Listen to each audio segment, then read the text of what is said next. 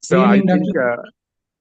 sir, Good evening, Dr. Dash. I want to confess it's all started with Professor H.H. Dash.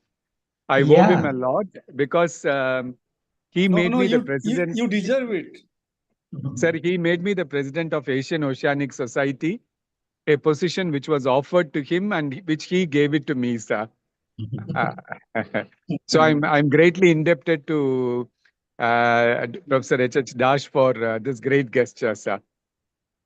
I feel very happy and honored because I have elected you as the president. Sir, thank you so Thank much, you. sir. God bless you. Thank you, sir. And good evening, Dr. Bajwa. Good evening, sir. Roswa, sir. Good evening, everyone. Good evening, President, sir. good evening, Dr. Just Bajwa. started the recording on YouTube live streaming also. So welcome to the first online CISA program of our on neuroanesthesia this time, and the Dean Associate Dean, Dr. Uma and Dr. Srinivas.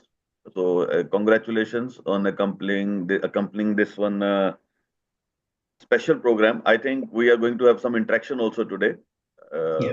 Make it so much good for the public, and we are heading toward right direction. What to say about that? And under the guidance of our Chancellor and Vice Chancellor, I tried contacting Dr. Divetya sir. I think he is very busy somewhere. He could not make it to the program. So welcome all and all the faculty. I think, sir, and non-faculty. The link has been circulated in the morning, and I think many people have joined. Even after 6 o'clock, 90 people are there. So recording is this live streaming on YouTube also. And before we begin, I will just tell that we don't allow recording during this program because it hampers the live streaming. So live streaming after the this one the webinar is over, you can uh, always see it at ISA NHQ at YouTube. So you can always watch later on. So with that, I welcome everyone again and request our Chancellor Sir Dr. Bala Venkat Subramanian sir to say a few words regarding this program today. Thank you so much to the Honorary Secretary of Indian Society of Anesthesiologists, Dr. Sukhminderjit Singh Bajwa. And before I begin this meeting, I want to place on record the excellent work being done by the National Secretariat and the National Headquarters in making all the academic initiatives a possibility. So I wanted to place on record the enthusiasm and the passion to execute all that we wanted to embark on to make Indian Society of Anesthesiology extremely academic with this great initiative of College of Indian Society of Anesthesiologists. So thanks to the national headquarters and thanks to Dr. Bajwa for taking this mantle and the responsibility of it. Thank you. And I wanted to place on record sincere thanks to one of the most sought after neuroanesthesiologists in the globe today, who has done phenomenal contributions to the development of neuroanesthesiology in the world, Dr. Uma Maheshwar Rao, who served in several capacities and including the Dean of the prestigious the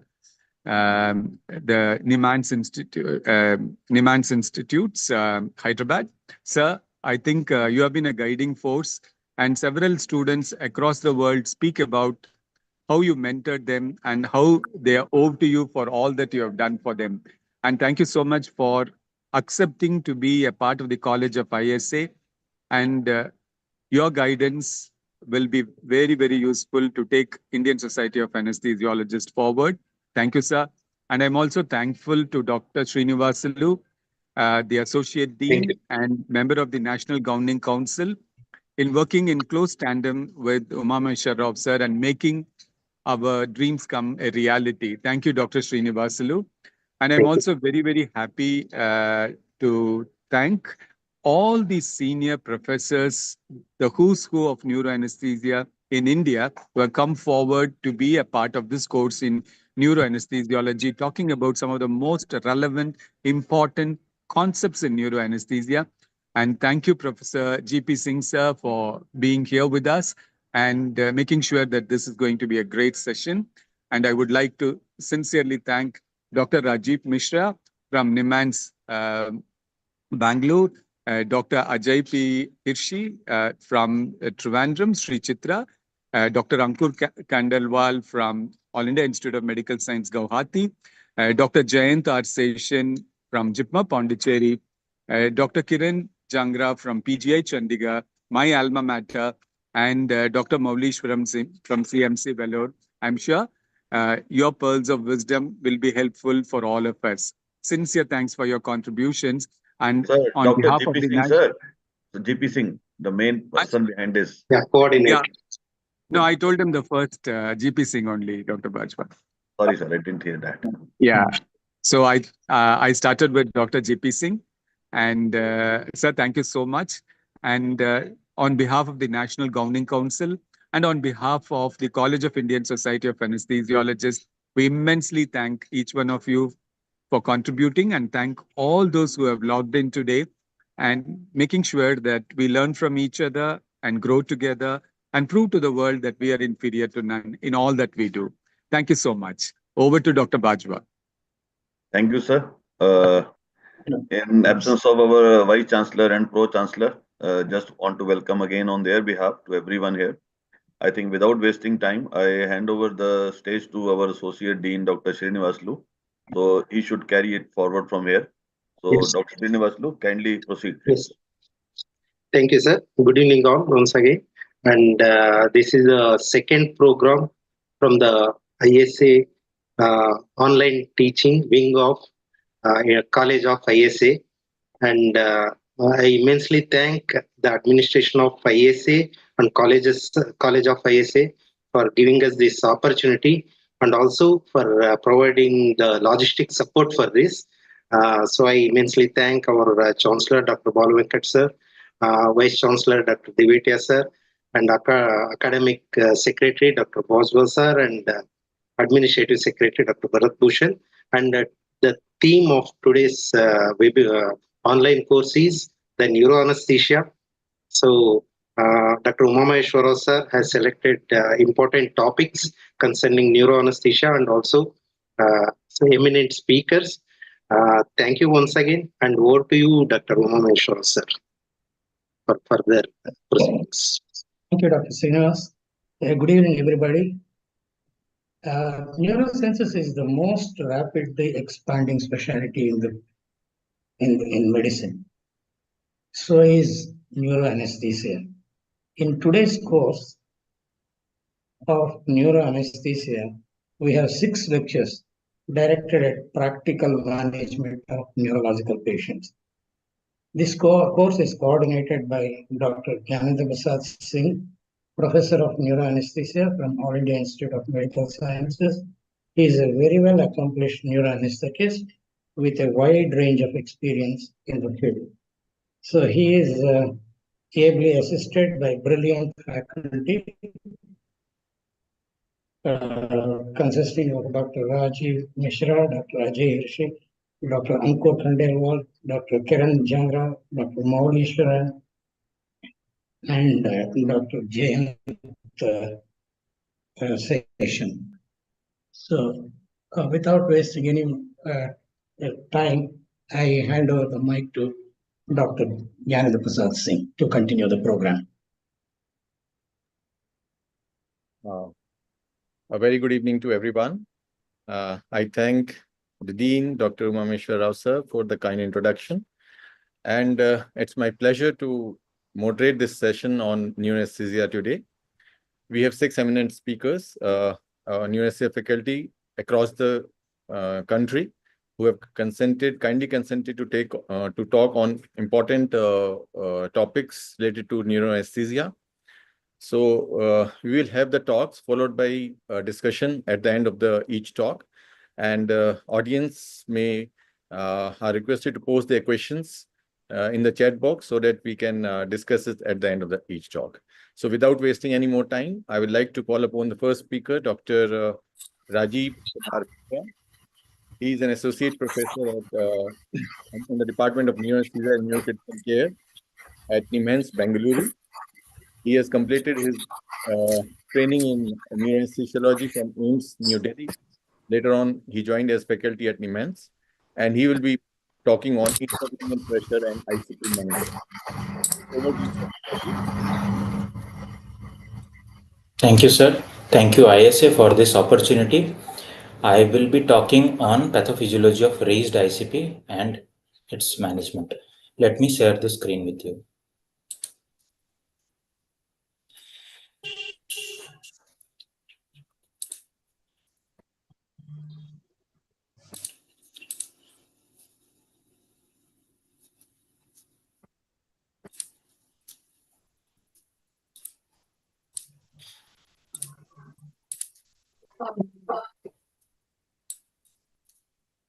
I think I'm unable to share the screen. You're not able to share the screen? No, sir. I'll try again.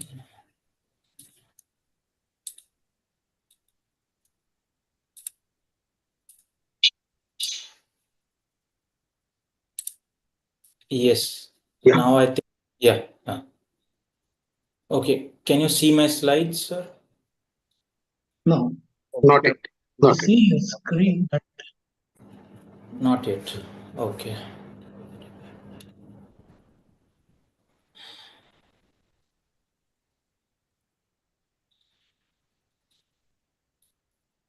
Okay. Now, sir? yeah, we are able to see your screen. Make it full screen.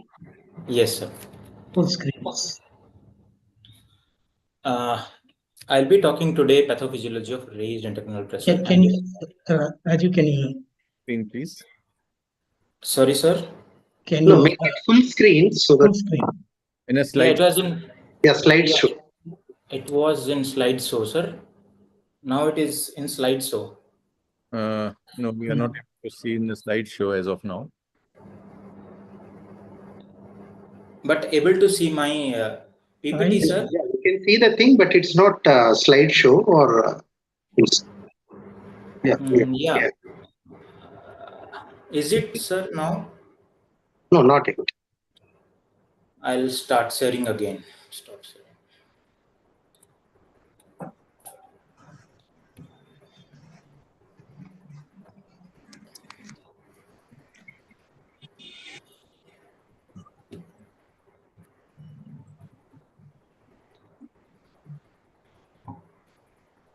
Yeah, can you see my slides, sir, in slideshow? The slide, just make it a slideshow. So, Yeah, I have done it already, sir. It's not okay, working. I think we can start now, sir. Yeah. Yeah. Yeah, but this way, sir, my animations won't play. It's a. Yeah, a lot of information will be hidden, sir.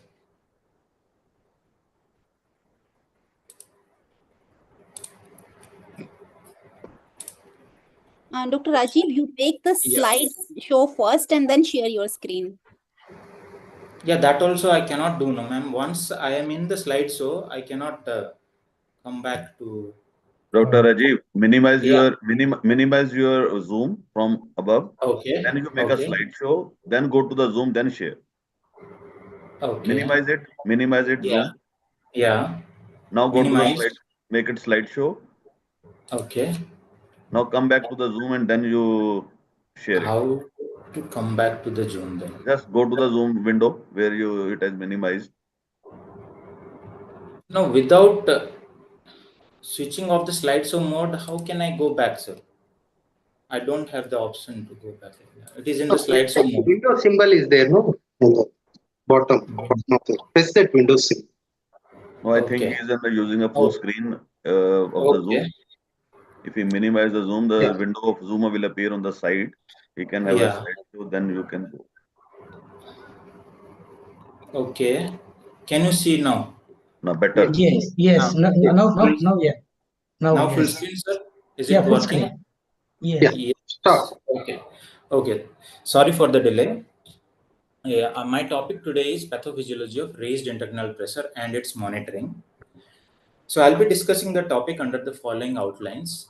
What is ICP? The pathophysiology of raised ICP, how to monitor the intracranial pressure, and how to manage a raised ICP. Whenever you talk any perfusion pressure of any organ, it is always the inlet pressure minus the outlet pressure.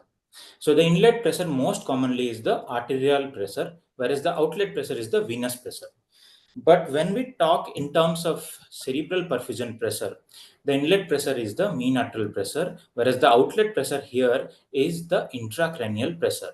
Why is that so? Because the brain is surrounded by a rigid skull. So the central venous pressure or the cerebral venous sinus pressure is closely coupled to the intracranial pressure. So what is intracranial pressure then? So the definition goes like this: the pressure exerted within the skull by its contents, like the brain tissue, blood, and the cerebrospinal fluid. According to different ages, the values change. For example, in adults, the values are 5 to 15 in supine position, children 3 to 7 in supine position. Intracranial pressure is always a function of the volume and compliance of each of the component present in the rigid skull. So the interrelationship between them is known as the Monro-Kelly doctrine. These are the two gentlemen, Sir Alexander Monro and Dr. Kelly, presented this Monro-Kelly doctrine. Skull forms a rigid, non-expansile compartment which houses the brain parenchyma, which is almost 80% of the skull volume. Blood volume, which is 10% of the skull volume, whereas the CSF is again 10% of the skull volume. If you see this figure, they are in a tight relationship, spatial relationship. When there is a mass, for example, the red color here is presented as the mass, then the mass will start to displace the venous blood as well as the CSF from the intracranial space to accommodate for it. So this compensation mechanism works up to certain extent. After that, the compensation fails. Then it is called as decompensated elevated ICP. This graph aptly tells that. In this graph, we can see the relationship between the intracranial volume and intracranial pressure. In the intracranial volume, when the volume changes a significant amount, in the left-hand side, we can see the pressure does not change so much. This is highly compliant intracranial space. However, in the middle and the right figure, right graph, you can see with the change in the volume, the change in the pressure is much more compared to the left-sided graph. And in the extreme right graph, you can see a small change in volume leads to a bigger change in intracranial pressure. So this is called as the uncompensated form of raised ICP with very poor compliance in the brain. Without knowing the autoregulation, the concept of ICP is not clear. So we should understand what is cerebral autoregulation first. Cerebral autoregulation maintains the cerebral blood flow over a wide range of cerebral perfusion pressure or mean arterial pressure. Here in this graph, we can see the red color indicates the cerebral blood flow, which is almost constant from a wide range of blood pressure starting from CPP of 63 to up to 90 CPP. This is because of the changes in the arteriolar diameter. As the BP increases, the arteriolar diameter constricts in response to raise in BP. But this has a certain limit. In the upper end of it, that is the upper limit of autoregulation, this cannot have constrict further. So passive vasodilatation happens and the flow increases, which leads to increase in ICP and hyperemia. Whereas the extreme left, you can see the lower limit of autoregulation, below which the passive collapse of the arteriolar bed occurs and the blood flow falls, hypoperfusion ensues. This is another very important concept when we deal with ICP, that is Rogner's vasodilatory and vasoconstriction cascades. In the vasodilatory cascade, we can see a drop in blood pressure due to various reasons can cause a drop in cerebral perfusion pressure. This leads to increased vasodilatation of the cerebral arteriolar bed, and there is increased cerebral blood volume, which in turn increases the intracranial pressure. This elevated intracranial pressure decreases the CPP, and this vicious cycle starts, which is detrimental to the patient. Whereas in the vasoconstriction cascade, increase in blood pressure due to various causes listed here can lead to increase in cerebral perfusion pressure, which in turn leads to vasoconstriction, decreases cerebral blood volume, and the intracranial pressure is reduced. This definitely improves the CPP again. So this helps in aborting any increased ICP. So what are the pathophysiological conditions where elevated ICP is observed? Elevated ICP can happen due to changes in the intercompartmental relationship. So in a space occupying lesion, be it a tumor, primary or secondary brain tumors, intracranial hemorrhage, be it epidural, subarachnoid, subdural hemorrhage, cerebral abscess or encephalitis, all these things can lead to increase in pressure.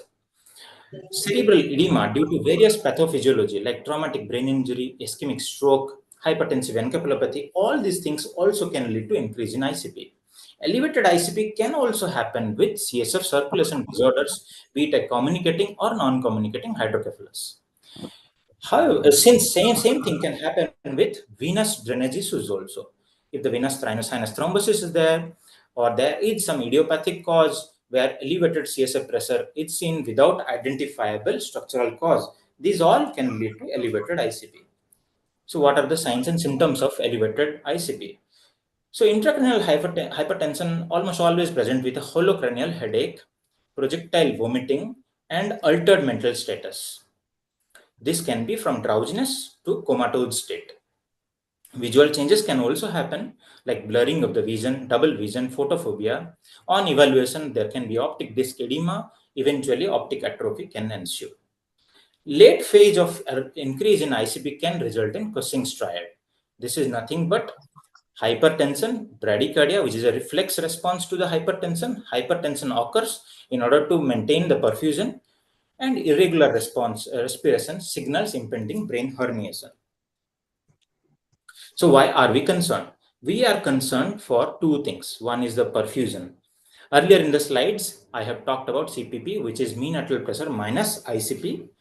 And this graph clearly tells us if the compensatory mechanisms are exhausted, there will be exponential increase in ICP, which leads to reduction in CPP. And second concern is with elevated ICP, uncompensated form of rise in ICP, herniation can happen. So what are the different types of herniation? So the herniation can be subfalcine herniation, transtentorial herniation, uncal herniation, or tonsillar herniation, or transcalvarial herniation. So with the backdrop knowledge about the ICP pathophysiology, we need to now monitor the ICP, how to monitor and when to monitor. So the Brain Trauma Foundation has laid guidelines when to monitor ICP in a traumatic brain injury patient. This should be most often monitored when the GCS of the patient is 3 to 8 after resuscitation and an abnormal CT scan is present. But if there is a normal CT scan with severe TBI, if more than or equal to 2 of the following features are noted. For example, age is more than 40 years, unilateral or bilateral posturing, or BP less than 90, we need to monitor the ICP. So if we monitor the ICP, what are the treating threshold then? The threshold is set by the traumatic BTF guidelines is more than 22 is recommended because it is associated with increased mortality and poor outcomes. So what are the techniques for intracranial pressure monitoring? Invasive techniques and non-invasive techniques. In invasive techniques, ventriculostomy remains the gold standard. Microtransducer devices such as vein gauge, fiber optic are important ways of monitoring the ICP. These devices can be placed intraventricular, intraparenchymal, and epidural spaces. Non-invasive techniques such as transcranial Doppler, optic nerve diameter measurement from the ultrasound, pupillometry, tympanic membrane displacement, and advanced imaging can also help in assessing the ICP. So once we put the catheter into the brain, these kind of figures we will see. One graph will be there and a number will be displayed. The number will be the mean ICP and the graph shows 3 peaks, P1, P2, and P3. So this graph in the time domain is a pulse waveform of the ICP, which is shown as P1, P2, and P3. What is P1? P1 is a percussion wave. It represents the arterial pulsation. P2 is the dichrotic wave. It represents the cerebral compliance. And P3 is the tidal wave. Most often, it is associated with the aortic valve closure peak. what happens in a raised ICP situation? In normal ICP or normal compliance, always P1 is more than P2, more than P3. In the lower graph, you can see the P2 is elevated than P1. This signals reduced compliance, elevated ICP. So these same one cardiac cycle graphs can be plotted together for long periods of time, then we will get Lundberg waves. Lundberg waves are of three types: Lundberg A, B, and C.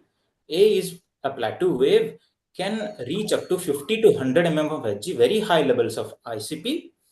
Its signals high elevated ICP, often pathologic, can indicate impaired cerebral compliance, impaired herniation. Whereas Lundberg B is 20 to 30 mm of Hg of ICP, signals early changes in increase in ICP, but not always pathologic. Whereas Lundberg C is low amplitude waves, physiological in nature, mostly related to the arterial and respiratory changes. So coming to different modalities of monitoring, external ventricular drainage, it's the gold standard way of monitoring the ICP. It works under strain gauge fundamentals, where it converts the physical pressure to electrical signals. It requires calibration for accuracy. But during setup, we need to zero it after putting into the ventricle. So zeroing has to be done at the foramen of Monro or the tragus level. So according to the head position, it needs to be repositioned. The benefits, it definitely monitors the ICP. Along with that, it can be helpful in therapeutic CSF drainage. Also allows intrathecal drug delivery, cost effective. But the disadvantage, it is highly invasive, infection risk can be there, and potential complications such as hemorrhage displacement can occur with this. So what are the different other forms of intracranial pressure monitoring? The intraparenchymal devices, that is microtransducer devices. These are non-fluid coupled systems, works under strain gauge and fiber optic principle. Also, there are several other ways like pneumatic sensors, which is a Spiegelberg monitor, where air-filled balloon is present, which can directly measure the pressure by changes in the deformation in the balloon. Apart from this, there are several derived indices from the invasive monitoring. One such very important index is the pressure reactivity index. This includes the analysis of or the correlation of ICP and the ABP, arterial BP waveforms. The cutoff is 0.2. If it is more than 0.2, then the cerebral autoregulation is impaired. Below it, the cerebral autoregulation is largely preserved. The relationship between the PRX and the CPP will form a U-shaped curve, which will tell us the optimum CPP. So what are the limitations of these intraparenchymal devices? These cannot be recalibrated in vivo. That means it has to be calibrated before putting. Only measures localized pressure, and definitely CSF drainage cannot be done. Prone to drift error. Advantages: easier placement, lower infection and hemorrhage risk, and position independent results can be obtained. This is a CT scan, shows the presence of the intracranial pressure, the intraparenchymal monitoring device in the brain. So what are the different non-invasive forms of ICP monitoring? Our age-old friend, the non-contrast computed tomographic scan. It is a cost-effective way to evaluate the raised ICP. But what all things we should see? We should see the midline shift, the effacement of basal cisterns, loss of gray-white differentiated, or loss of normal gyre-sulci pattern. So in this picture, one can see there is a midline shift of 0.8 centimeter due to presence of a large intraparenchymal bleed. Also, on this opposite side, we can observe the gray-white differentiation, which is lost on the same side. In the next picture, one can see the arrow pointing towards the effaced basal cisterns. So these are the findings we should obtain or we should see from the CT scan. How transcranial Doppler helps. This is an ultrasound way of evaluation of the cerebral vasculature. So we have to identify the resistance in the Doppler spectra. Generally, we have to see for the end-diastolic flow velocity, which should be 30 to 50% of the peak systolic flow velocity. In the picture here, it's a normal ICP situation where the end-diastolic velocity is very good, within 30 to 50% of the peak systolic velocity. But in the second picture, the end-diastolic velocity is almost reaching zero, which tells us the ICP is very high and the PI, which is a derived index, also very high. The third picture, the ICP is severely elevated. This results in reversal of the diastolic flow, suggestive of brain death. Optic nerve sheath diameter. This is another way of non-invasively estimating the ICP, but this will only estimate qualitatively whether ICP elevated or not elevated. It cannot give you exact numbers. The optic nerve is an extension of the brain tissue surrounded by dura, arachnoid, and pyometer. The sheath transports CSF and adapts to changes with the ICP. In this ultrasound picture of the ONSD, the red marker indicates the optic nerve sheath, whereas the blue marker indicates the optic nerve itself. So we have to measure the optic nerve sheath 3 mm behind the globe, and the red to red, that the outer to outer diameter should be measured. So the advantages are bedside, cost-effective, time-efficient, and repeatably we can do. The limitations are requires some amount of training, inter-observer variability can be there, several confounding factors are there. We should take into consideration all these things while commenting on ONSD. Pupillometer, another handheld device, which is very important in ICUs as it can non-invasively monitor the ICP also. It measures, analyzes the pupillary reaction to light. Based on two different companies, there are two different scalar indices. One is the neurological pupil index, the NPI. The other one is the quantitative pupillary index, QPI. Both of the values range from 0 to 5. NPI or QPI less than 3 predicts increase in ICP. So after knowing about the ICP, knowing about the monitoring, we need to treat that elevated ICP. So tiered management protocol is described in the literature. Tier 1 remains the general measures. For example, increase in head end elevation by 30 degree, maintaining normocapnia, normothermia, sedation as required, and also see that there should not be any neck compression which can lead to jugular venous obstruction. Tier 2, escalating the therapy. Hyperventilation can be done to up to a PSU of 30 mm of Hg. CSF drainage can be planned, and mannitol or hypertonic saline as necessary can be utilized. After the failure of Tier 2, Tier 3 measures can be taken. This is surgically doing decompressive craniectomy when the ICP is elevated more than 25 for more than an hour, despite maximal medical therapy. Also, Tier 3 measures are barbiturate coma. So always begin with Tier 1 interventions, escalate to higher tiers if the lower tier fails to maintain the ICP below 22. Your goal should be always ICP below 22 and the CPP target should be 60 to 70 according to the Brain Trauma Foundation guidelines. So in conclusion, I can say a comprehensive understanding of ICP is required and its components and pathophysiology is very important in order to improve the patient outcomes, and informed decision or treatment strategies can be planned. There are several ways we monitor the ICP. Invasive monitoring remains, intraventricular devices remains the gold standard for monitoring ICP. However, intraparenchymal devices are also accurately reflect the ICP. Whereas non-invasive monitorings require further refinement before widespread application. Currently, these are not dependable substitute for invasive techniques. I conclude my talk. Thank you for the patient listening. Any queries? Thank you, Dr. Rajiv, for such an excellent talk and very comprehensively covering the topic on intracranial pressure. Thank you, sir. You know, this is a very commonly used monitor. Out of all the neuro monitoring techniques we know, ICP monitoring is a very common technique and very widely used as well. Yes. So we have few questions in the chat box. Let us first take them. One is, which invasive monitoring is widely used? EVD remains the gold standard. If you have external ventricular drain, that remains the gold standard and should be monitored whenever possible. However, if your institute supports, then the intraparenchymal devices, commonly we use Codman intraparenchymal device, which is a non-fluid coupled system, can be used. However, we don't have an experience with amino fiber optic devices. Right. That was the next question. Which ICP monitoring is most commonly used in NIMHANS? So I think NIMHANS, yeah. We are using either of these. One is the EVD based method or Codman intraparenchymal devices along with non-invasive techniques. And very recently, we also have these Codmans along with the port through which you can aspirate the fluid. So this has also come into. So that has given the advantage of EVD to these monitors also, but they are actually the cost is a big issue in these cases. So EVD remains the gold standard, as you said. That is very true. Yes. RAP in ICP monitoring and RAP significance. That is the next question. This is an advanced form of monitoring using a Codman or EVD devices.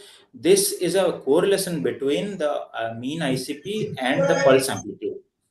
So definitely, if the pulse amplitude and the correlation is poor, then the autoregulation is impaired in this situation. So this is an advanced form of monitoring. We generally do not do it. It requires further understanding about this. Okay. So next question we have, how can we monitor ICP in shunt implanted patients? Okay. Yeah, if the shunt is working, then probably the ICP is taken care of. If the hydrocephalus is the cause of increase in ICP, we can definitely monitor clinically as well as CT guided, all those things we can do. But if indicated, then we can go for invasive placement of lines, the intraparenchymal devices. Absolutely. Or we can measure it non-invasively if required, because non-invasively. Non-invasive monitors as well. ONSD, I can do serial ONSDs to measure. So I do not see more questions in chat box. So can I ask you one question? So how regarding ICP, how if the use of ICP does it really make difference in the outcome of the patient? What is your experience at using it? Yeah, Very commonly. The use of ICP as per the evidences are definitely should be used whenever possible, and accordingly we can formulate the strategy. We can plan for early decompressive cranectomy or maintain early tiers of management can be guided according to it. So in my personal experience, definitely it helps. With the increase in ICP or the ICP is not getting controlled for longer time, we definitely take the patient for higher tiers of management. Also, along with that, we started to use a lot of non-invasive methods of ICP monitoring, especially the transcranial Doppler, which is also a very accurate estimate of ICP at not in extreme values, definitely, but at the working range, it is also very important. So so that is why in my experience, if you say ICP is really helpful, monitoring the ICP, and it is the way forward. I think we should monitor and maintain the CPP in the working range. Absolutely right. We are also using ICP quite a lot to decide upon the treatment, and so we have two more questions before we end this thing. The tier 1, tier 2 management, when can it be started? Is it started pre-operative? Okay. No, we are talking of ICU management mostly pertaining to the ICU intensive care units. Most of the times, patients with traumatic brain injury, where closed skull is there, come to us, and with a pre-specified indications for monitoring ICP, we have to insert the ICP catheter or EVD to monitor the ICP. So, yes, definitely pre-operatively, we start to monitor the ICP. But if the patient deteriorates or the ICP remains elevated for longer duration of time, definitely tier 3, that is the decompressive cranectomy, is advised in these situations. Tier 1 and tier 2. Tier 1 is general measures. We have to institute the general measures at least. So it is said that 5 to 10 minutes of time you can wait between changing from one tier to other tier if the ICP is not coming within the pre-specified targets, like less than 22. So you can change to higher tiers. Absolutely. And most of the time we monitor the ICP in the ICU, and if it remains persistently high, probably the patient is taken for surgery, that surgical intervention. Cranectomy. So this is how it guides the treatment management of it. Absolutely right. And one more question, use of ICP in diffuse axonal injury and outcome in Supra. Yes. Yes, in diffuse axonal injury, where we do not find exact pathology of why ICP is elevated, definitely this helps to guide our therapy. And yeah, in cases of, again, the same rule applies in cases of elevated ICP with maximal medical management. If the ICP is not coming down or the perfusion is poor, then definitely surgical treatment is offered. Absolutely. So thank you, Dr. Rajiv, for that excellent talk. And in the interest of time, we'll move on to the next speaker now. Thank you, sir. Thank you. Thank you, sir. So another important condition in for a neuroanesthetist is to manage patient while the supratentorial tumors or supratentorial lesions are being operated. So today we have our next speaker, Dr. Ajay Prasad Hirshi, who is an additional professor in the Department of Neuroanesthesia and Critical Care, Sri Chitra Institute of Medical Science and Technology, Trivandrum. After completing his DM training at PGI, Chandigarh, he joined as faculty at this institute, and he will be talking on anesthetic management of supratentorial tumors. Over to you, Dr. Ajay, for the next. Thank you, sir. Am I audible? Yes, you are, and your slides you can go ahead. Okay, great. Thank you. Good evening. Warm greetings from Sri Chitra Institute, Trivandrum. At the outset, I would like to thank the Chancellor, Dr. Balavenkat sir, the Honorable Secretary of ISA, Bajwa sir, and the Dean, Uma Maheshwar Rao sir, the Associate Dean, Srinivaslu sir, and the coordinator for today's wonderful program, Professor Gyananda, and for having me on board this wonderful initiative of ISA. So straight away going to the topic, I'll be dealing with the anesthetic management of a patient who presents for supratentorial tumor surgeries. So we'll have a case-based discussion today, so it'll be useful, I felt.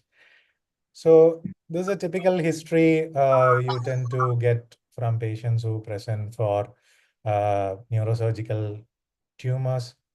So here we have a 48-year-old gentleman who comes with a history of headache since 1 year, seizures since last 6 months, and weakness of one side of the body. So is this much of history enough, or are we contented with this? I believe all of us should be like our Honorable Prime Minister, who knows where exactly to look. So we all should have a focused evaluation to get more information, because that's going to help us in the perioperative period. So we should ask for leading questions in these kind of settings, especially for eliciting history for raised intracranial pressure like headache, nausea, vomiting, blurring vision, depressed level of consciousness. Again, seizures is something which you will encounter different in our subset of population, focal neurological deficits. In addition to weakness, we should also look for especially lower cranial nerve deficits also. Especially it can happen with hydrocephalus and all those things, visual field defects. Another thing is these patients, especially frontal lobe tumors, they'll have memory disturbance and behavioral disturbance. So, I mean, even from the medical legal point of view, consenting from these patients are a bit tricky. So we should elicit these things. And additionally, other than the comorbidities, few medications these population tend to take different are steroids, anti-epileptic drugs, diuretics, and osmotherapy. So we should know what all drugs they are on. Now, we did a focused additional, history taking, and we elicited all this information on our patient. So now our patient says that he has holocranial headache, which kind of worsens in the morning, which is a clue to say that his compliance is, kind of exhausted. His ICP is high. Again, he is giving history of nausea, vomiting, another feature of raised ICP, and, he can be dehydrated. He can have dyselectrolemia. Again, seizures. We should know about what type of seizure he is having, because he can throw a fit anytime in the perioperative period, and we should not be surprised. Again, the weakness of which side, which limb is affected, because it's better to avoid lines on that side of the body, especially upper limb or lower limb. And our gentleman is on levetiracetam and dexamethasone, so we should know that we should continue these medications. Now, coming to physical examination, in addition to the general systemic examination, I'm not delving into that. We should know his GCS score, whether he has any speech deficits, and it's better to, get an idea about the papilledema. Another thing which is quite unique to our population is the Cushing's response. So you can find these patients, especially the ones with raised ICP, having hypertensive bradycardia. So, I mean, we should not get too much alarmed and rush him off to the cardiologist. So we should know that it's a problem associated with raised ICP. Again, focal neurological signs we should elicit, look for more in detail, especially for cranial nerve and posterior fossa signs. Evaluation of hydration status is really important because these patients can be on osmotherapy as well as on diuretics. Venous access, yes, because vascular tumors, it's going to bleed. Craniotomies are usually average blood loss is around 500 mL to start off with. Airway assessment and Allen's test in addition to that. So in our gentleman, yeah, most of the things were fine. GCS was 15. He did have papilledema. Yes, so he had raised ICP. His pupils were bilaterally equal. So there is no features of any herniation. And he has left side upper and lower limb weakness. His hydration status is good. Again, venous access is good. So I'm quite okay with my examination of this patient. Now, yes, coming to what all pre-op investigations we need to go for, how to optimize this, and how to get an informed consent. So the routine investigations, yes, hemoglobin and grouping and typing. Electrolytes, we need to look specifically because, yes, these patients are on osmotherapy. He gives history of nausea, vomiting. So dyselectrolemia is something we need to know. And these patients can also have diabetes insipidus or CIAD, which can cause hyponatremia or hypernatremia. So we need to look at sodium and electrolytes more carefully. Liver function test, because most of these patients will be on anti-epileptic drugs, and you should have a good idea. And these can affect the liver function. Renal function, because they are exposed to multiple contrasts. So again, it's good to have an idea about the renal function. Chest X-ray, yes, because in raised ICP, during seizures, nausea, vomiting, they can have aspirations, even otherwise silent aspirations. So it's better to get a chest X-ray.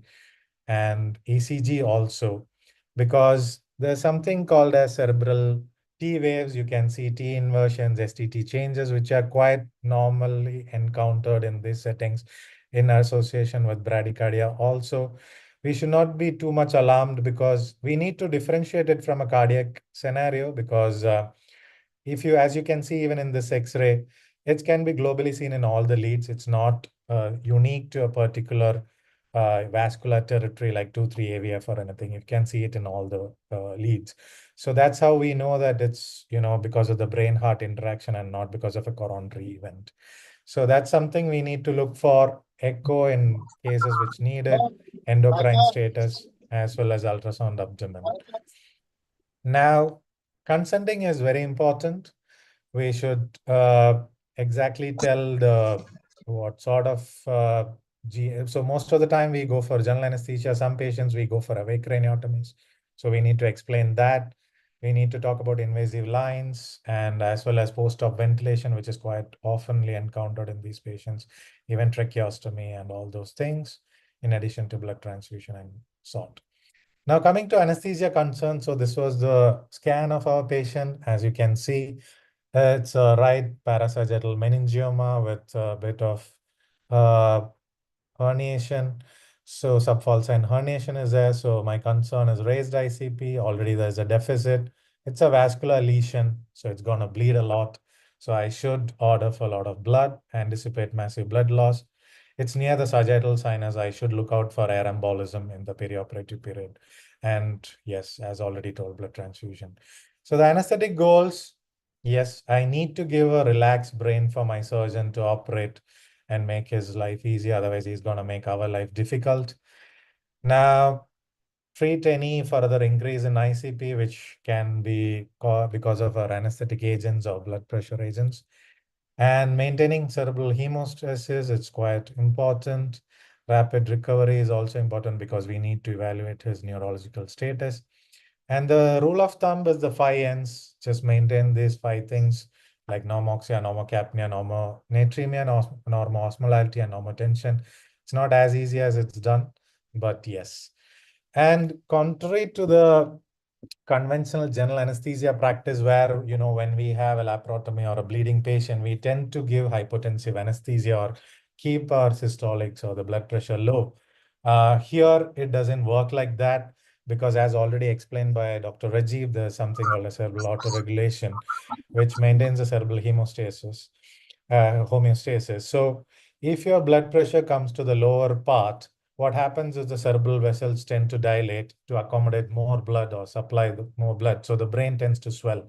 So we should maintain the blood pressure in the normotensive range, especially when it comes to cranial surgery, because the more hypertension you go, the more brain is going to swell and it's going to be a difficult scenario.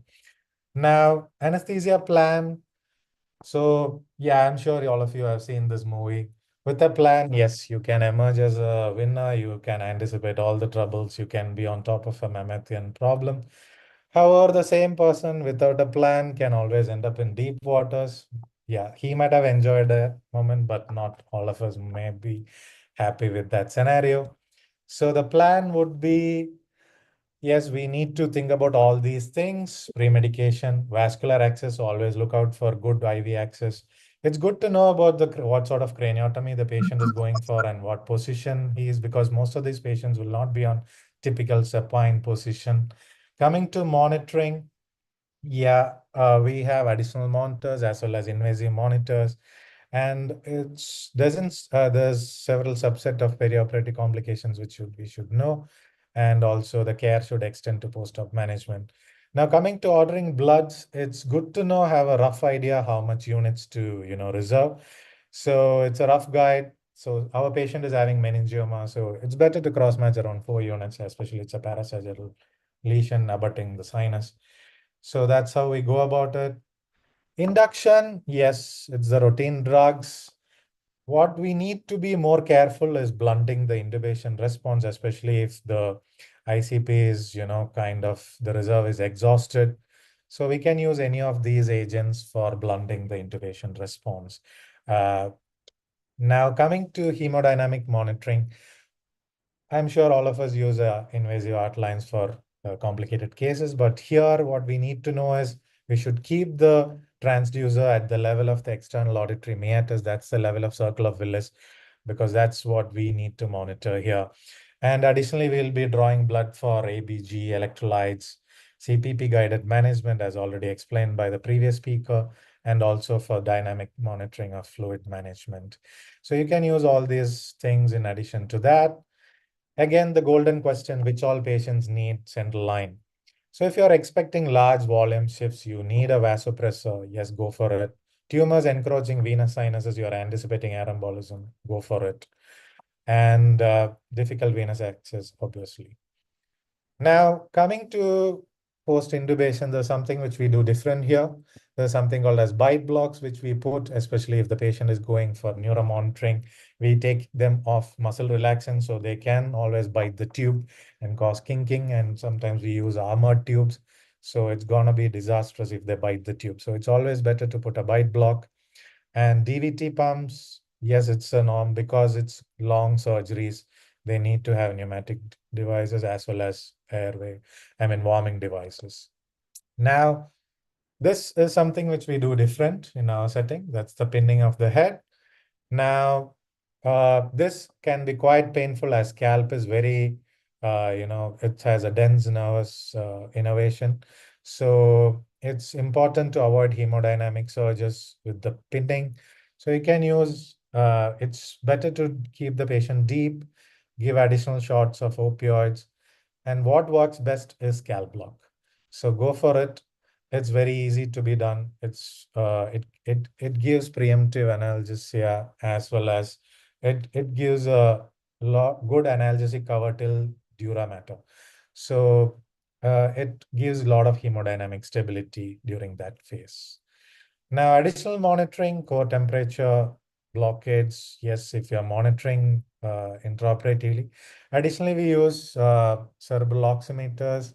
We monitor the cerebral oxygenation as well as depth of anesthesia when we go for TIVA-based anesthesia, and also TE monitors. So I suggest we all should be like Muthaiya Muralidharan. He is one of the best bowlers. But everybody is applauding him. He has not kicked the glass. But what he hit was the coin on the glass. So it's that small thing what makes the difference in neurosurgical scenarios. So there are a few tips which you can take home. Is there a role for goal-directed fluid management? This was the latest meta-analysis which has come in IJ last month. So goal-directed fluid management doesn't influence the neurological outcome per se. However, what needs to be noted is it reduces the post-operative complications and ICU stay, which is important in our setting. Now, coming to lung protective ventilation, conventionally, we never used to go for lung protective ventilation because of the fear of carbon dioxide buildup, resulting in a raised ICP or a full brain. However, recent studies have shown that in patients who don't have raised ICP, it's, kind of okay to go for it. But in patients who are having decompensated raised ICP, it's better to avoid that. What needs to be much noticed is the effect of head rotation and jugular vein patency. So as I already mentioned, most of these patients can have, they kind of twist the neck in all possible ways. So what we should know it, even at 55-degree rotation from the midline, 80% of the IJV is occluded, raising the venous pressures, raising the ICP, and causing a full brain. So we should always keep a pillow under the shoulder, reduce the rotation, and avoid the kink of IJV. Now, the favorite question of all the neuroanesthetists, TIVA or inhalational, both are equally dear to us. All the meta-analysis have shown that there's no much difference among these two regimens. However, if you see post-op, complications like PONV, post-op nausea, vomiting, obviously it's less with propofol-based TIVA. So, and that is the only major advantage. However, we do use TIVA when we are using intraoperative neuromonitoring like MEP, SSCP and all, because it does not interfere with that, unlike sevoflurane and of course the nausea and vomiting. However, yes, it comes with a cost. You need to have a BIS or a TCI pump, and that adds to the cost because it's going to be a long surgery. A lot of propofol is going to go in. Now, mannitol or hypertonic saline, again, you can use both. I'm not going into depth of it or the doses of that, whether to use either of it. Recently, most of the studies are coming in favor of hypertonic saline because it is in addition to mannitol being an osmotherapeutic agent, it does not cause much of volume shifts like mannitol. And it's also a volume expander. And what they found is most of the surgeons felt that the brain relaxation was better with the hypertonic saline. However, there is no class 1 evidence. It's all meta-analysis and RCTs. Coming to intraop complications, these are the complications which you can commonly encounter in these kind of tumors: a tight brain, venous air embolism, hemodynamic instability, like I already mentioned, pinning, periosteal dissection, and brain manipulation. The first two you can get away with giving a scalp block. The other thing, you need to be vigilant during the surgery. Bradycardia, especially in a full brain, when they're pulling the dura, yes, it can cause arrhythmias, blood loss and transfusion, and intraoperative seizure. So this is how typically a full brain looks like. The brain will start bulging through the dura once they open. The surgeon will not be happy. So it's better to run a checklist, ensure your oxygenation, ventilation is okay, avoid hypotension, bring up your blood pressure back to normal tension, head up at 30 degrees or more, and make sure your neck is neutral. There is nothing impeding your jugular outflow. Use additional osmotherapy if needed. You can ask the surgeon to put an EVD or a drain. Switch over to TIVA from volatile if that is there, and avoid vasodilators. And this is just a chart which shows the speed of, the effect. So the things which work fast is hyperventilation, as you can see, and head up. So those things you can do first, followed by hyperventilation till a PCO2 of 30 to 35. Osmotherapy takes its own time. TIVA also takes a bit of time when you're switching over from inhalation. Now, coming to air embolism, in our center, we use T. So we use a bicable view there. And you can see this is the SVZ and the right atrium, and you can see the gush of bubbles coming in. And otherwise you can detect it with a fall in ETCO of more than 3 with a hypotension. You ask the surgeon to stop the surgery, flush the field with saline, and you start vasopressors if hemodynamic unstable. And even a small chest compression will help to break the bubbles and avoid the, pulmonary outlet obstruction. Now, coming to goal-directed blood transfusion, yes, it's really helpful, especially if we started in the preoperative period and continue it in the perioperative period.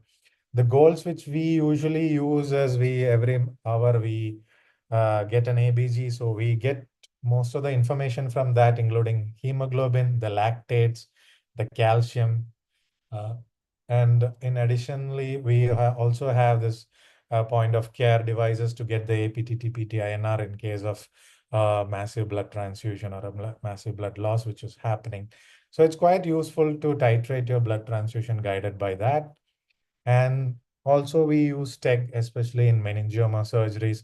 It's quite helpful because brain tissue kind of releases tissue thromboplastin, which can result in hyperfibrinolysis. So it's quite useful if you can identify that. All it takes is a shot of tranexamic acid rather than, going on giving blood products. So it's quite helpful if you're suspecting that, and you can avoid unnecessary blood transfusion in that scenario. Now, intraoperative seizures is something which we can encounter in these patients, especially with a large, massive blood transfusion. Their AED levels, anti-epileptic drug levels will come down. So we should always tank them upon those drugs in the perioperative period. And how do we suspect? If the BIS monitor, your EEG starts going up in your BIS or your entropy or PSI, and also there can be a cerebral desaturation if you're using NIS, NIRS. So you can inform the surgeon, ask him to flush with the ice cold saline. Most of the scenarios, it kind of, terminates the seizure. Additionally, you can use midazolam, thiopentone, or propofol to terminate the seizures. And this is a flow algorithm which we use for interrogating cerebral, desaturation. I'm not going into the depth of it. And emergence, yes, that's really important because that's the question everybody is always worried about, which all patients to extubate. So if your patient is having stable blood pressure, normothermia, normoglycemia, and all the other things like any other general setting case, what is important here, what we look for is the pupils. So if the pupils are kind of equal in size, we should be happy that everything's are okay inside. And there is no gross swelling of the face and neck. That's another thing which we tend, because as I told, they twist the neck in all possible ways. So if there is a neck swelling or a face swelling, don't extubate because they can also have pharyngeal edema as well as laryngeal edema, macroglossia. So take them to the ICU, give a head up. And what we again see is if the patient is arousable, responsive to commands, and a brief neurological examination, especially the gag and cough reflex.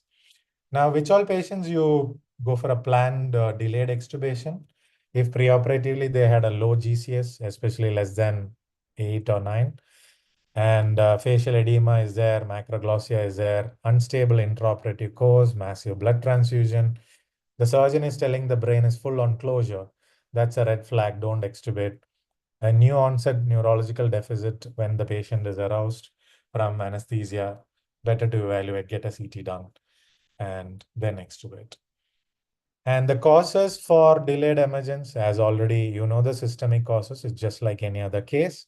But what's important in neurosurgical scenario is if you're not anticipating and still the patient is not waking up, the most common causes pneumocephalus, followed by seizures, brain, and there can be venous infarcts, hemorrhages, and all those things. So it's good to get a CT done. If CT is okay and still the patient is not waking up, better to get a EEG just to rule out seizures.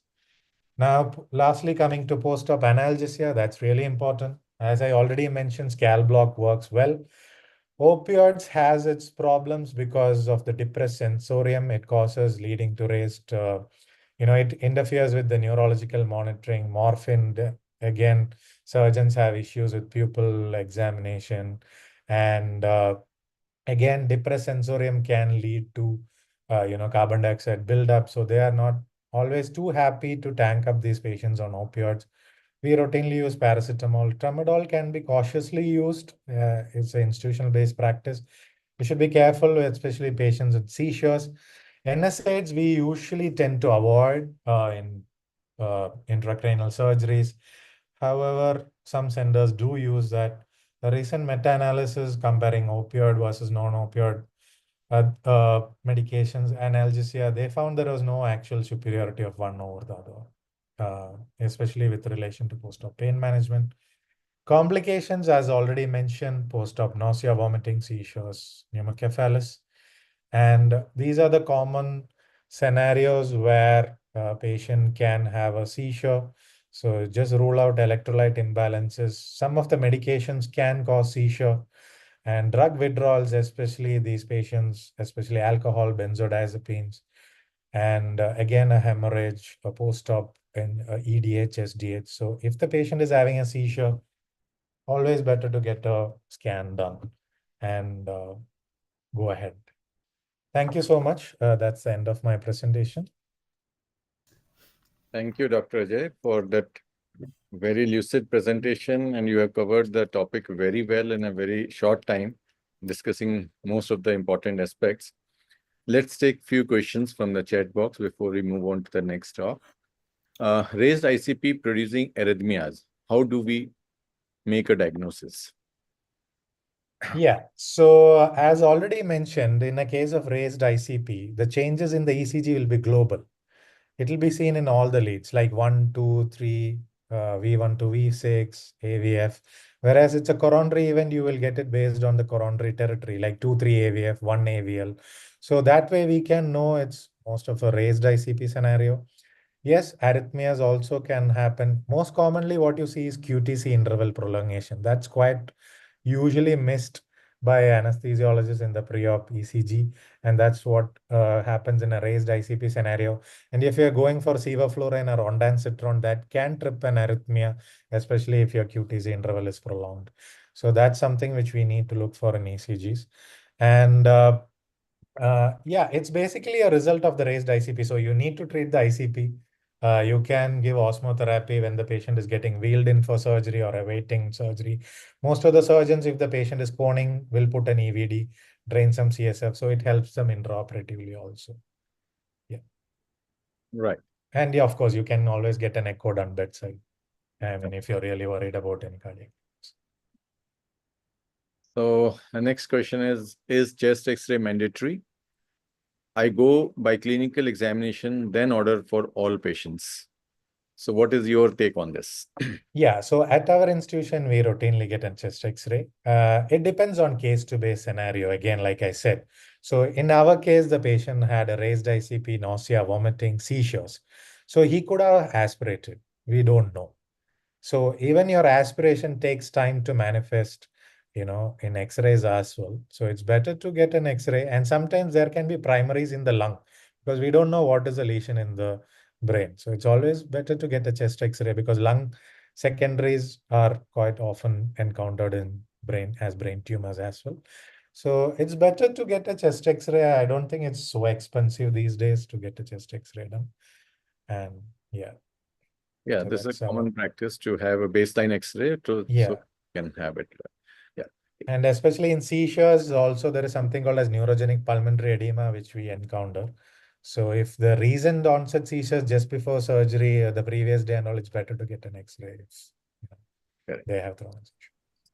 Next is the role of baseline and serial ABG in these types of cases.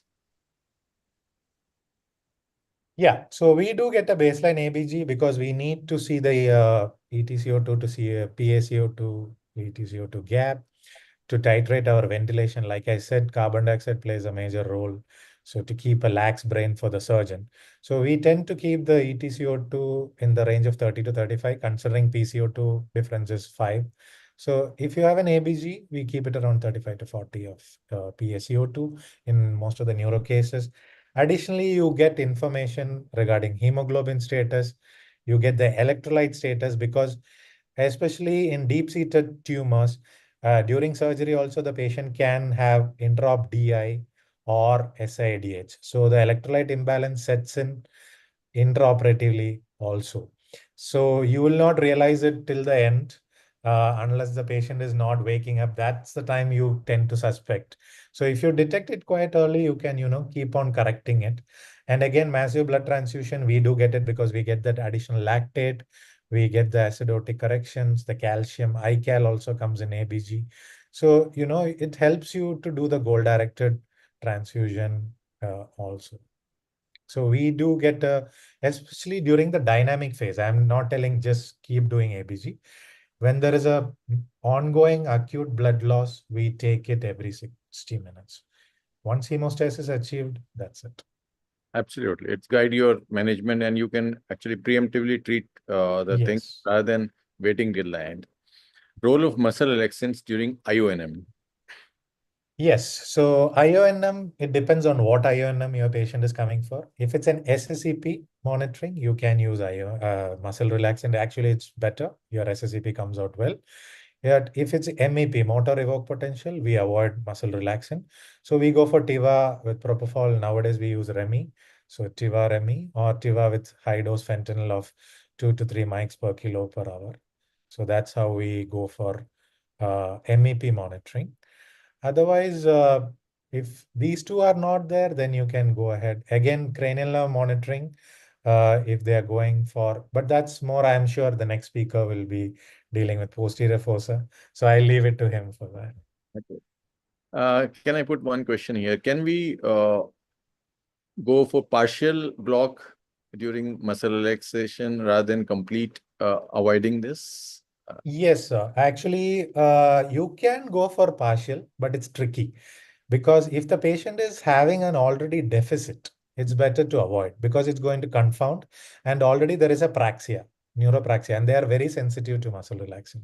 So your IONMs may not come out well, and it will be blamed on you later on.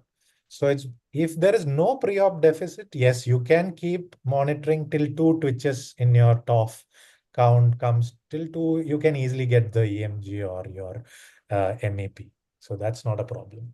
Absolutely. And once if you're doing it using a partial block, you have to keep the monitoring that the level of block should not change. Otherwise, you will not be able to know the difference, whether it's because of the surgery or your block which has affected the monitoring. Yes. Okay. Is it necessary to have a clear idea about the tumor on the scan? It tells us about edema, hydrocephalus, large cystic lesion tends to have tense brain, full irrespective of hypertonic solution measures. This will also help us perioperative planning. Absolutely, you need to see the scans and all these will guide your management. Absolutely, we agree to this. Can TIVA be titrated as easily as inhalational? Yes, you can titrate. There are multiple ways. Either you can use depth of anesthesia monitor, but I suggest you don't go with the number there. You go with the EEG because especially in the absence of a neuromuscular relaxant, if you're not using, the EMG component will add to your BIS number and will give you a false high number because around 30% of the BIS number is coming from your EMG. So it will give false high values. If you are alpha rhythm, if you can maintain, it's good. Otherwise, you can use the Bristol protocol. If you don't have, you can use Bristol protocol with propofol, or you can use a TCI pump, Marsh or Snyder model, and you can keep the patient. Brain relaxation with volatile versus TIVA. I think they want. Yes, as already mentioned. Yeah, the surgeons who are blinded to this study, up to 1 Mac of inhalation actually doesn't matter. So don't exceed 1 Mac because that's going to interfere with your cerebral autoregulation. As long as you are like, 0.8, 0.9, it's quite enough. Actually, 0.7 to 0.9 is a good range to maintain with an inhalation. And I'm sure that does not cause too much of brain bulge. Hypotensive anesthesia and extubation timing. This is again very common questions which is asked. So we don't encourage that, especially we achieve hemostasis in our center at a higher blood pressure because even our surgeons are in tandem with that. Some centers, I know the surgeons want the BP and low and, they don't want it on the higher side. They start SNP and they want to extubate without hypertensive surges. We do that in certain cases where the surgeon is not confident of the hemostasis. He sometimes tells, I am not very happy with the hemostasis. So that's when we go for hypotensive. We keep the blood pressure low. We avoid any further surges and we tend to keep that. But yeah, I don't think, but at the end of the day, that actually really works. In my experience, I have not seen that because after extubation, anyway, the patient is going to cough twice. And in the ICU also, the patient, they'll have pain. They're going to be having hypertensive surges. So, yeah. So these days, it's not practiced. Yeah, it's not much practiced. Same question, why hypotension is avoided probably. Now, hypotensive anesthesia and extubation time. Okay.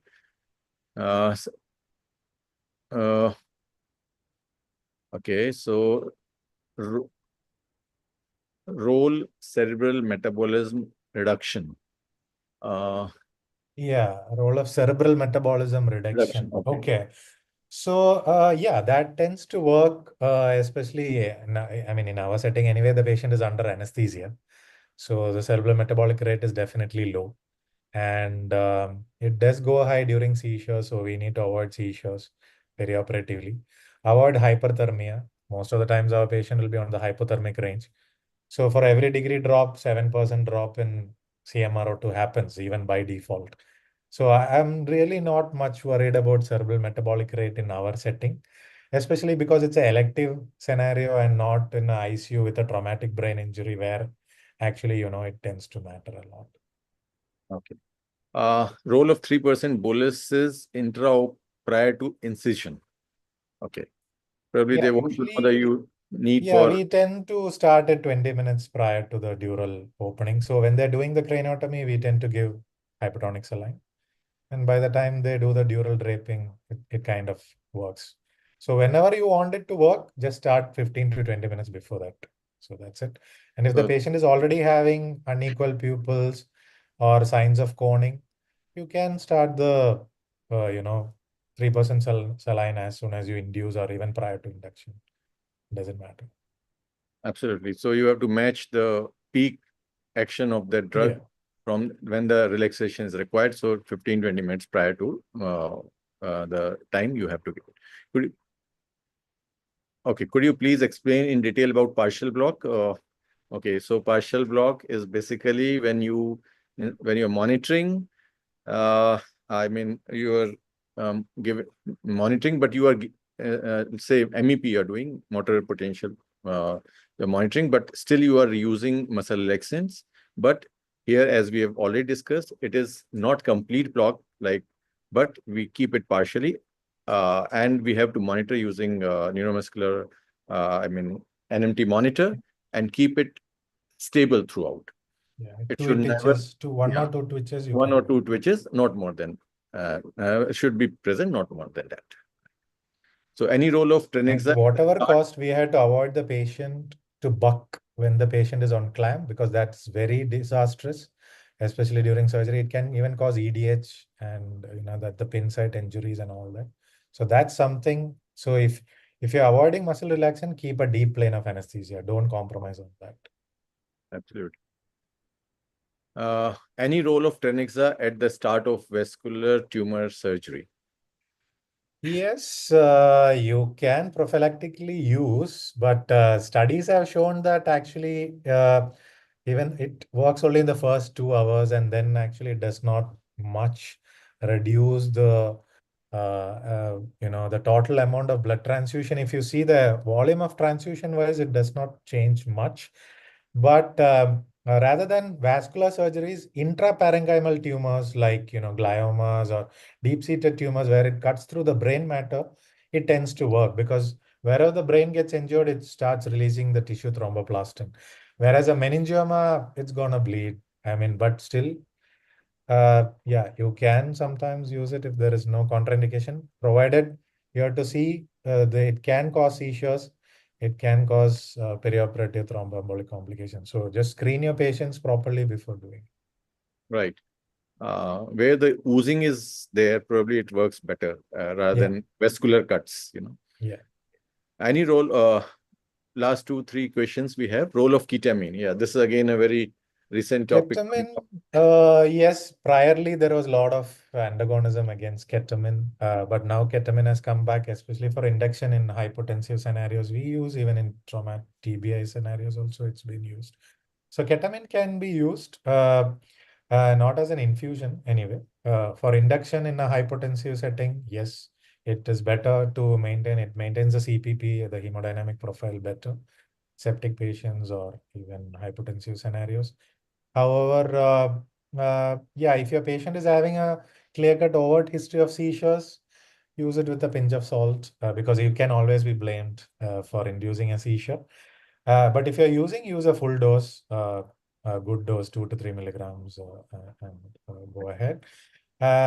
Otherwise, it does not actually much change the cerebral hemodynamics per se because few studies have come out comparing ketofol, ketamine, and all those things. There's no much difference. Absolutely. So do you have dexmedetomidine? One question is, do you use dexmedetomidine in TIVA?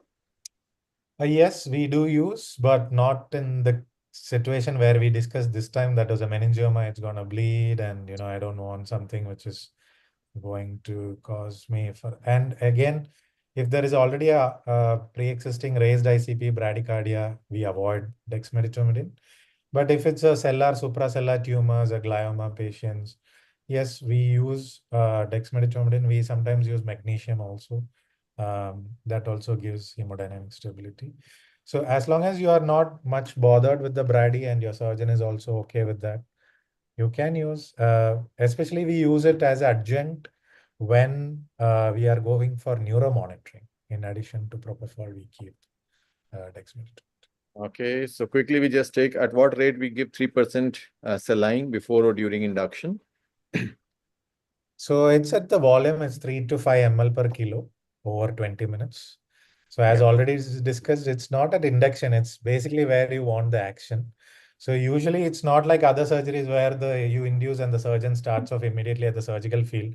Craniotomy itself will take around 30 to 45 minutes based on each center. So after craniotomy, when the dura is open, that's when they need the maximum effect or the effect to act. So usually after induction, again putting lines, it takes around 30 minutes for an induce a neuro case. So we usually start after the skin incision. So after skin incision, we should. What is the importance of using partial broke? We have already discussed. This will actually keep your patient immobile. This will help you keep him immobile and as well as monitor the neuro monitoring. Okay. Any extra concern in management during awake craniotomy? Yes, that's altogether a different story. And obviously, our technique altogether change if we are using an awake craniotomy. Probably we can take this as a different other time. And how do we manage post-op delirium? This is the last question. Then move to the next. So these patients, yes, that's really important because the delirium per se is there. And it's more of, it's not only the hyperactive delirium, there are hypoactive deliriums. That's what predominates in the ICUs also, if you see. And in our setting, there are a lot of confounders, especially, he has undergone a brain surgery. So again, like I said, frontal lobe lesions and, patients who are having, again, new onset SDH, they can act, they can have hyperactive or hypoactive. Again, the dyselectrolemias. So all these things need to be ruled out, to come to a actual diagnosis of, okay, this is a pure case of post-op delirium. But if it happens, we tend to give, just like any other thing, the routine medications, how we use. But again, that affects the neurological evaluation. So we tend to avoid till the patient is combative or really, agitated, which is causing a lot of hemodynamic fluctuation. We tend to avoid medications. Thank you, Dr. Ajay, for taking all the questions and very nicely presenting this important topic. Now we just move on to the next topic, which is equally important. That is anesthetic management of infratentorial tumors. And for this, we have the next speaker, Dr. Ankur Khandelwal, who is probably a very well-known figure, do not require any introduction here.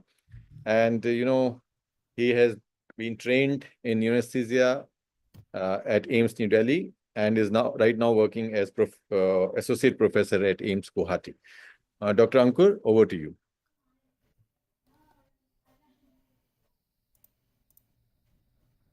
Thank you, sir, for the kind introduction. Good evening to everyone. Am I audible, sir? You are audible, but your voice... Your volume is low. Can you have a better... I'll try it. Am I audible now, sir? It's not much different. Anyway, you continue. We'll see. Let's try once with headphones.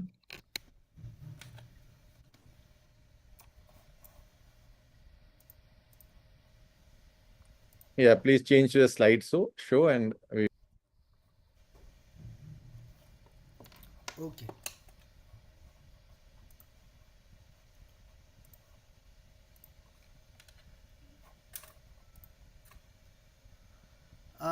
At the outset, I would like to thank the ISA office bearers for giving me the opportunity to be a part of this academic program.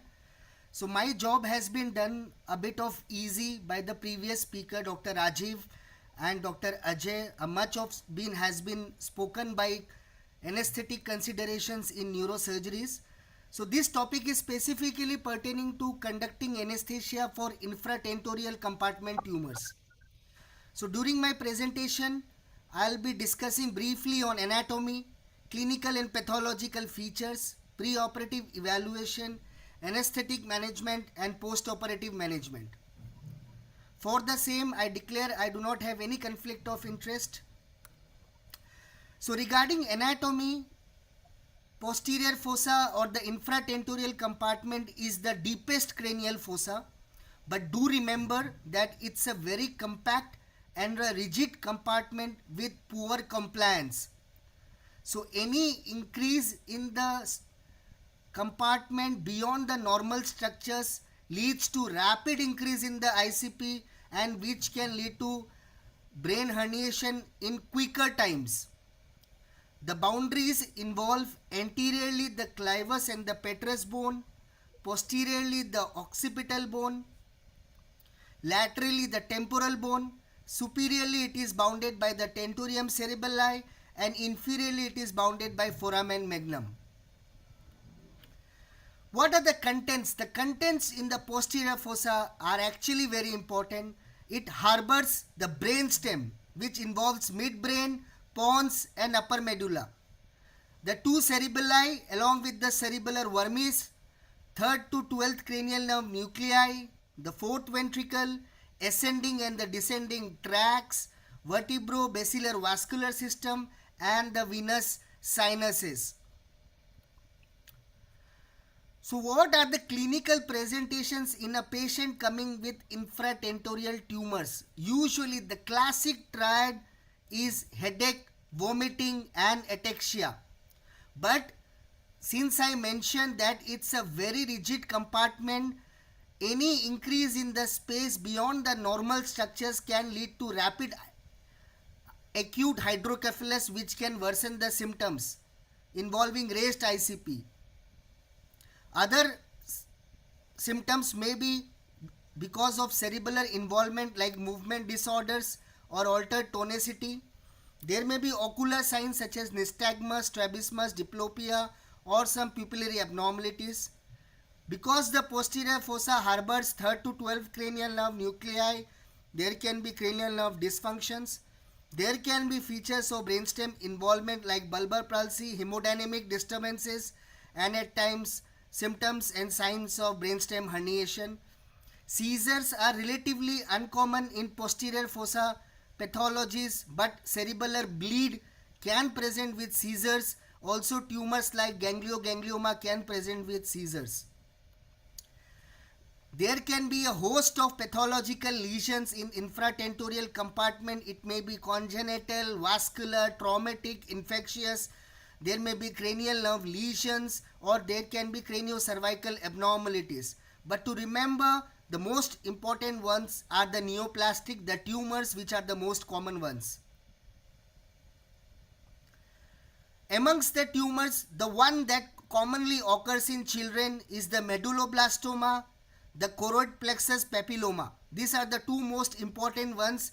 When it comes to adults, the most common one is the vestibular schwannoma, which is the extraaxial tumor, and the metastatic, which is the intraaxial tumor.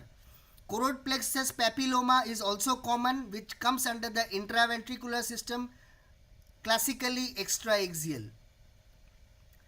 So why posterior fossa surgery is important, or why infratentorial compartment surgery is important? What are the special features when you conduct anesthesia for posterior fossa pathological lesions? It may involve unusual surgical positioning, not always supine position. There can be variable positions for such surgeries, and each position is having some advantages and some disadvantages. There can be potential brainstem injuries since it's a very rigid compartment. Brainstem is there, so there can be brainstem injury. There can be cranial nerve injuries. There can be acute obstructive hydrocephalus, as I mentioned. There can be rapid cardiovascular and respiratory embarrassment due to either handling of the brainstem, the cranial nerve nucleus, or there may be injury to the venous sinuses, the vascular venous sinuses, leading to cardiorespiratory embarrassment.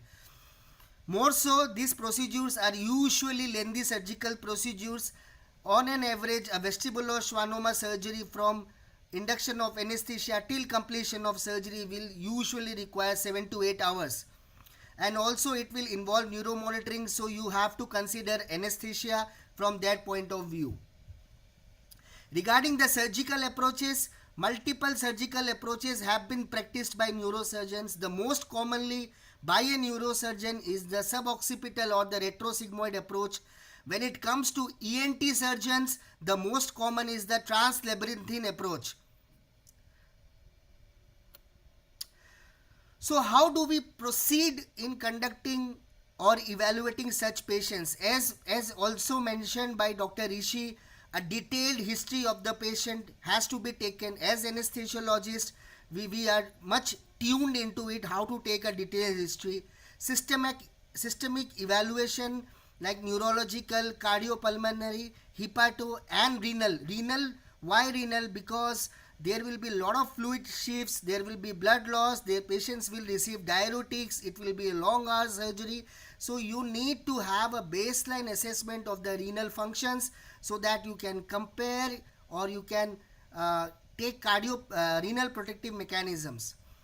Assessment of airway and vascular access, optimization of coexisting medical conditions and medication if time permits. If it's an elective case, do optimize your coexisting conditions.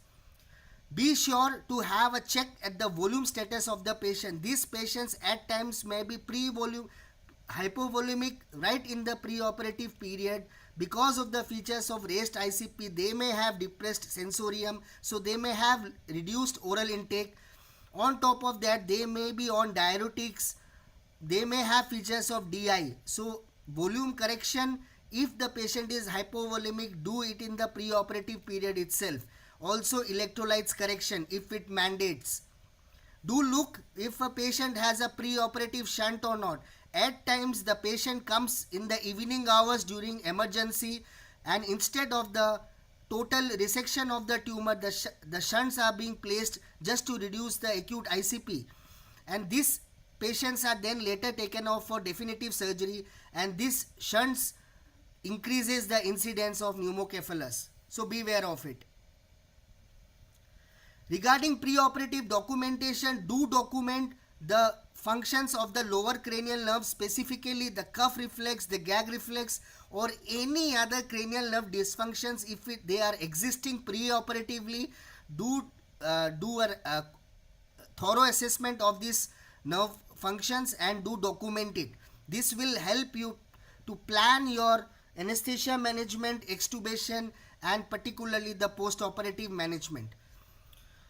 Do explain to the patient as well as the patient party that there may be a need for post-operative ventilation or a need for tracheostomy if at all the lower cranial nerves are involved, or the lower cranial nerves are damaged during surgery, injured during surgery. The patient may have impaired cuff and gag reflex post-operatively. Then these patients may be at the risk of tracheostomy. And then, of course, an consent of extended ICU stay as well. But do remember that these are vascular surgeries, long duration surgeries. It will involve blood loss. Be prepared with adequate blood and blood products. If your center is having cell saver, do prepare a cell saver as well. And other antifibrinolytics like tranexamic acid, which has been discussed, can of course be utilized. Preoperative investigations, do the routine preoperative investigations as usual. We routinely see for CBC, coagulation profile, kidney function test, ECG and chest X-ray. Special tests like transthoracic echocardiography, transesophageal echocardiography, or a transcranial Doppler can be utilized only to detect the patent foramen ovale. And when do you plan for it? When your surgeon is asking for a sitting position neurosurgery. Say for example, the patient has come with a pineal gland tumor and the surgeon now wants the surgery to be conducted in sitting position. In that case, you would always want to exclude a patent foramen ovale, because in that case a venous air embolism will lead to a paradoxical air embolism leading to cerebral ischemia, which is not good. So a detailed algorithm has been designed for a patient who is scheduled for sitting position neurosurgery. If do a preoperative echocardiography, if no PFO is detected, safely proceed for sitting position. But if a PFO is detected, see if the condition is a low risk surgery or a high risk surgery, depending on the size of the tumor, the location of the tumor. If it's a low surgical risk, discuss with your surgeon if it can be proceeded in a horizontal position. But if it's a high risk surgery, it's a large massive tumor involving blood loss close to the sinuses, then better close the PFO preoperatively. If it is successfully closed, go for sitting position. If not, then prefer a horizontal position. In the preoperative period, take the consent. That is what is most important in a posterior fossa surgery. Take all the consent, including post-operative ventilation, tracheostomy, extended ICU stay, and whatever procedures are being performed on the patient, do mention about all this.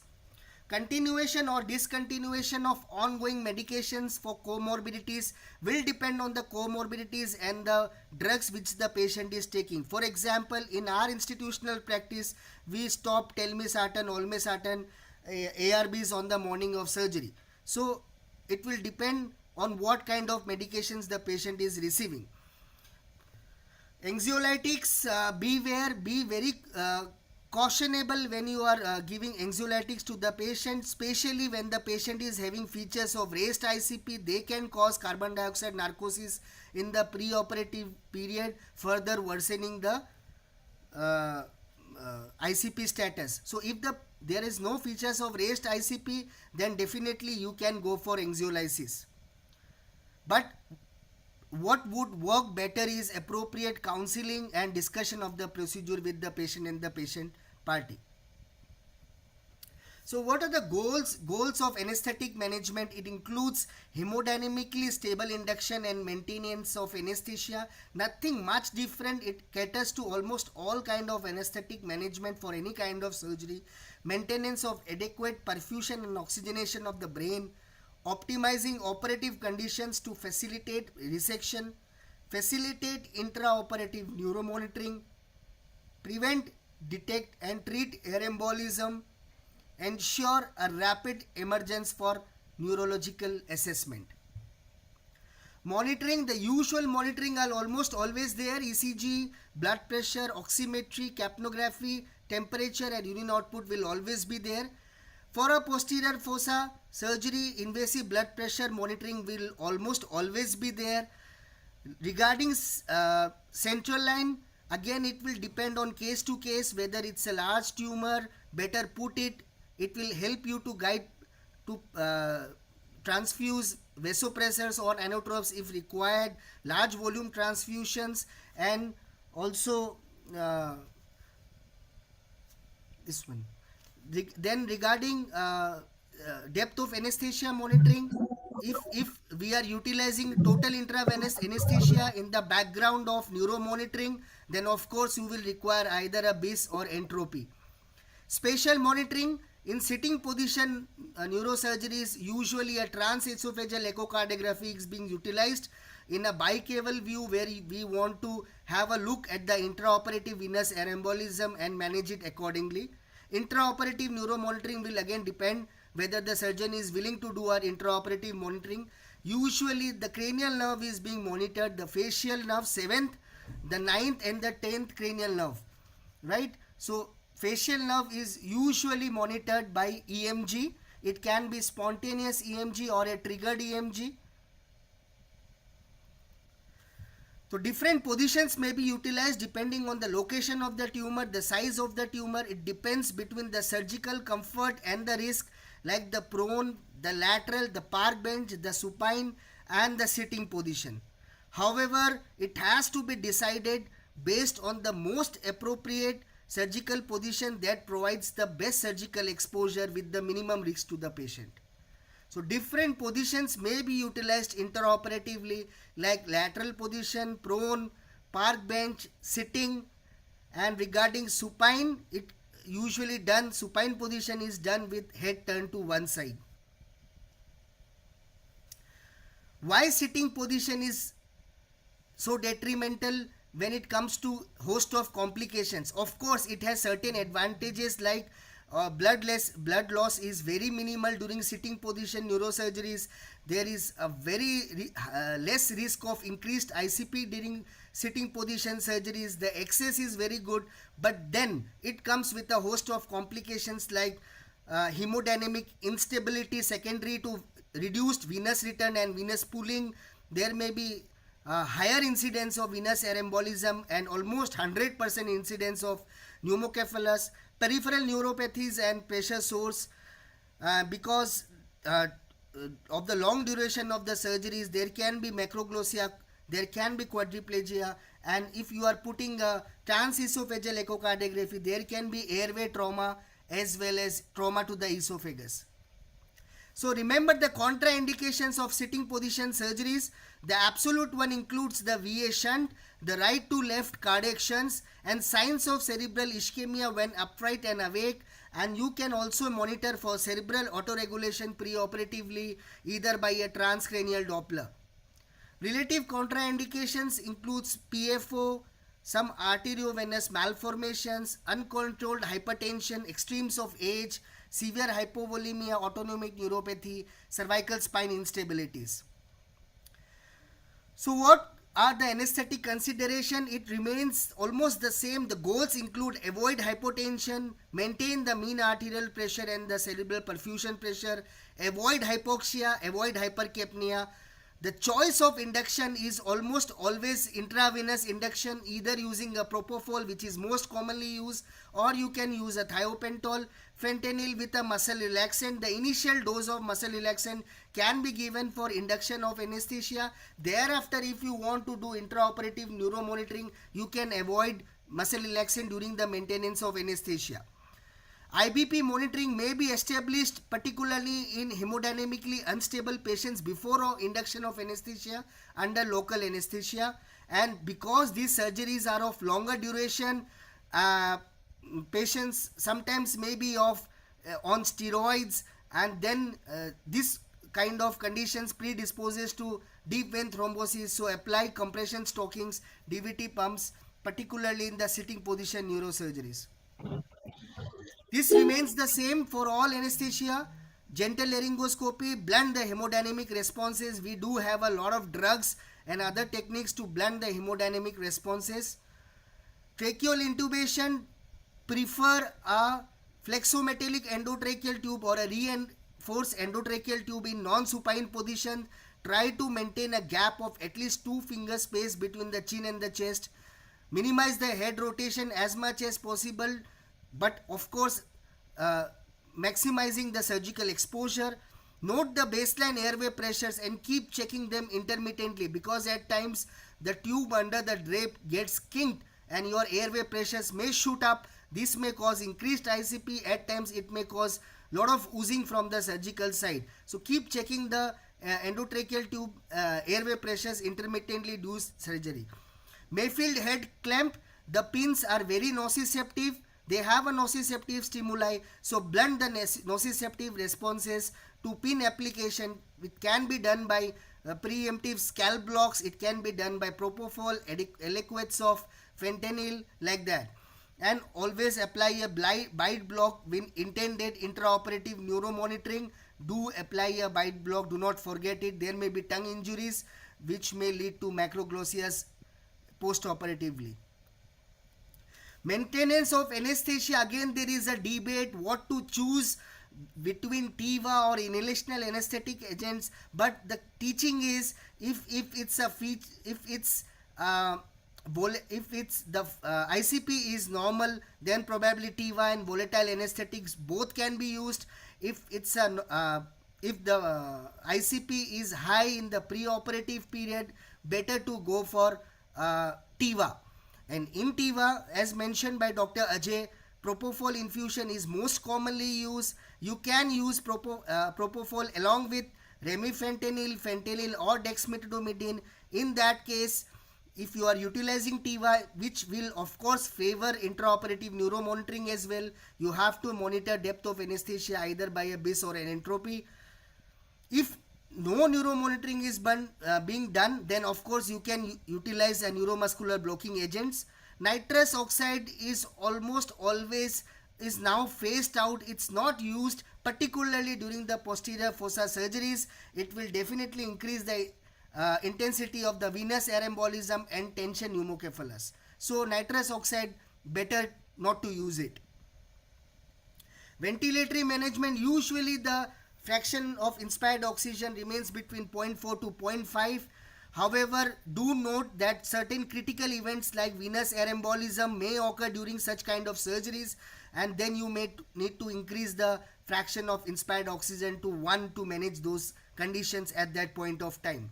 Regarding carbon dioxide, maintain normocapnia, but mild hypocapnia can be instituted for therapeutic responses if ICP is going high, but make sure you do not prophylactically hyperventilate the patient.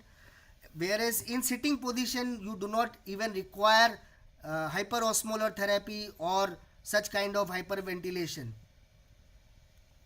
Hemodynamic management, there can be lot of hemodynamic disturbances during the intraoperative period, either by the effect of anesthetic agents, or it can be in the sitting position, particularly because of venous pooling. There can be hypotension. Hemodynamic disturbances can be also due to intraoperative venous air embolism, brainstem handling and cranial nerve manipulation. So we need to understand all these factors, what is bringing hemodynamic disturbances at what point of time.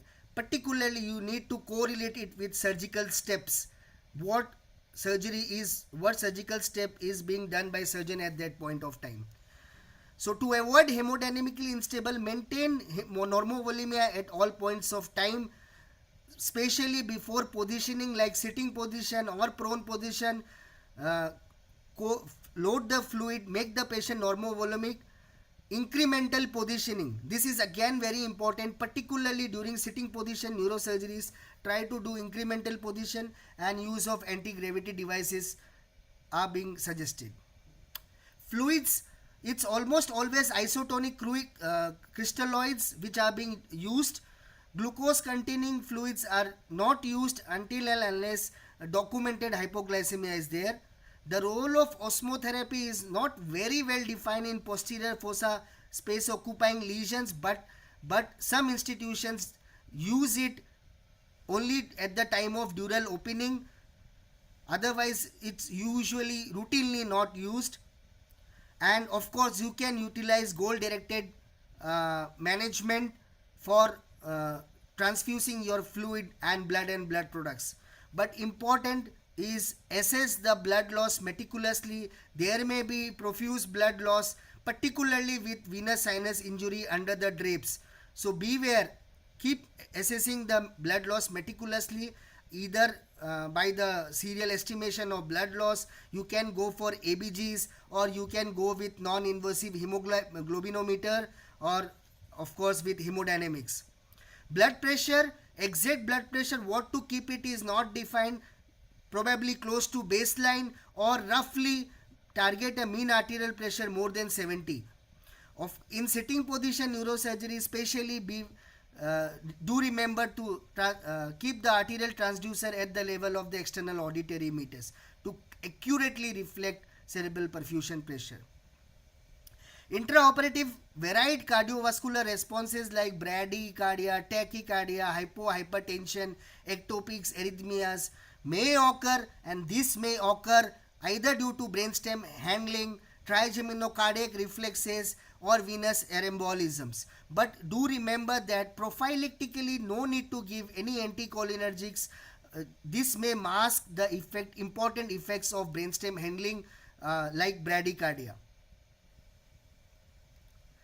Emergence from anesthesia, the goals remains the pretty simple. Prevent abrupt rises in the blood pressure. They may cause rapid increase in the ICP due to sutural diastasis. Ensure rapid awakening. Minimize cuffing and straining of the endotracheal tube. The feasibility of on-table post-operative extubation will depend on the nature of surgery, the extent of surgery, and the duration of surgery. Whether any intraoperative brainstem handling has been done, or whether it has been persistent handling. In that case, it will lead to brainstem edema. Once you take out the tube, there may be respiratory embarrassment. So be very cautious and careful in deciding extubations. There can be lower cranial nerves injury at the time of surgery, particularly 9th cranial nerves or 10th cranial nerves, right? Or there, if any intraoperative complications like venous air embolism or a paradoxical air embolism has taken place or not. In a previously normotensive patient, persistent postoperative hypertension will tell something about possible brainstem compression, ischemia, or hematoma. So be very vigilant. Keep an eye on the hemodynamics all the time, particularly in the immediate postoperative period, and think of these complications if these hemodynamic changes do occur. Delayed emergence may be due to anesthetic and metabolic causes, tension pneumocephalus, operative site or subdural hematoma, injury to the basilar artery, brainstem compression, and some infarction secondary to cerebral embolisms. Postoperative respiratory compromise, again as I mentioned, brainstem edema may be there. There can be pulmonary edema secondary to venous air embolism, airway obstructions due to macroglossias, and injury to the lower cranial nerves, impairing the cuff and the gag reflex. Regarding postoperative care, ensure adequate oxygenation and ventilation, adequate analgesia. Make sure the patient is relieved of the pain in the postoperative period, right?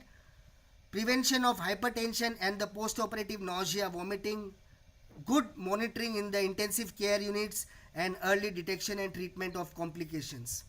Take home message: posterior fossa surgeries are challenging procedures because of limited space and proximity to vital structures. Be careful during positioning, incremental positioning, correct the hypovolemia, before positioning, follow the basic principles of neuroanesthesia, and be vigilant for perioperative complications and prompt management. Thank you for your patient listening. Thank you, Dr. Ankur. That was a very lucid talk, covering the topic so well in a limited time. So quickly, let us see the questions in the chat box. So the first question which is there is, how will you manage intraoperative hypertension during dissection near the brainstem, in spite of good depth and analgesia?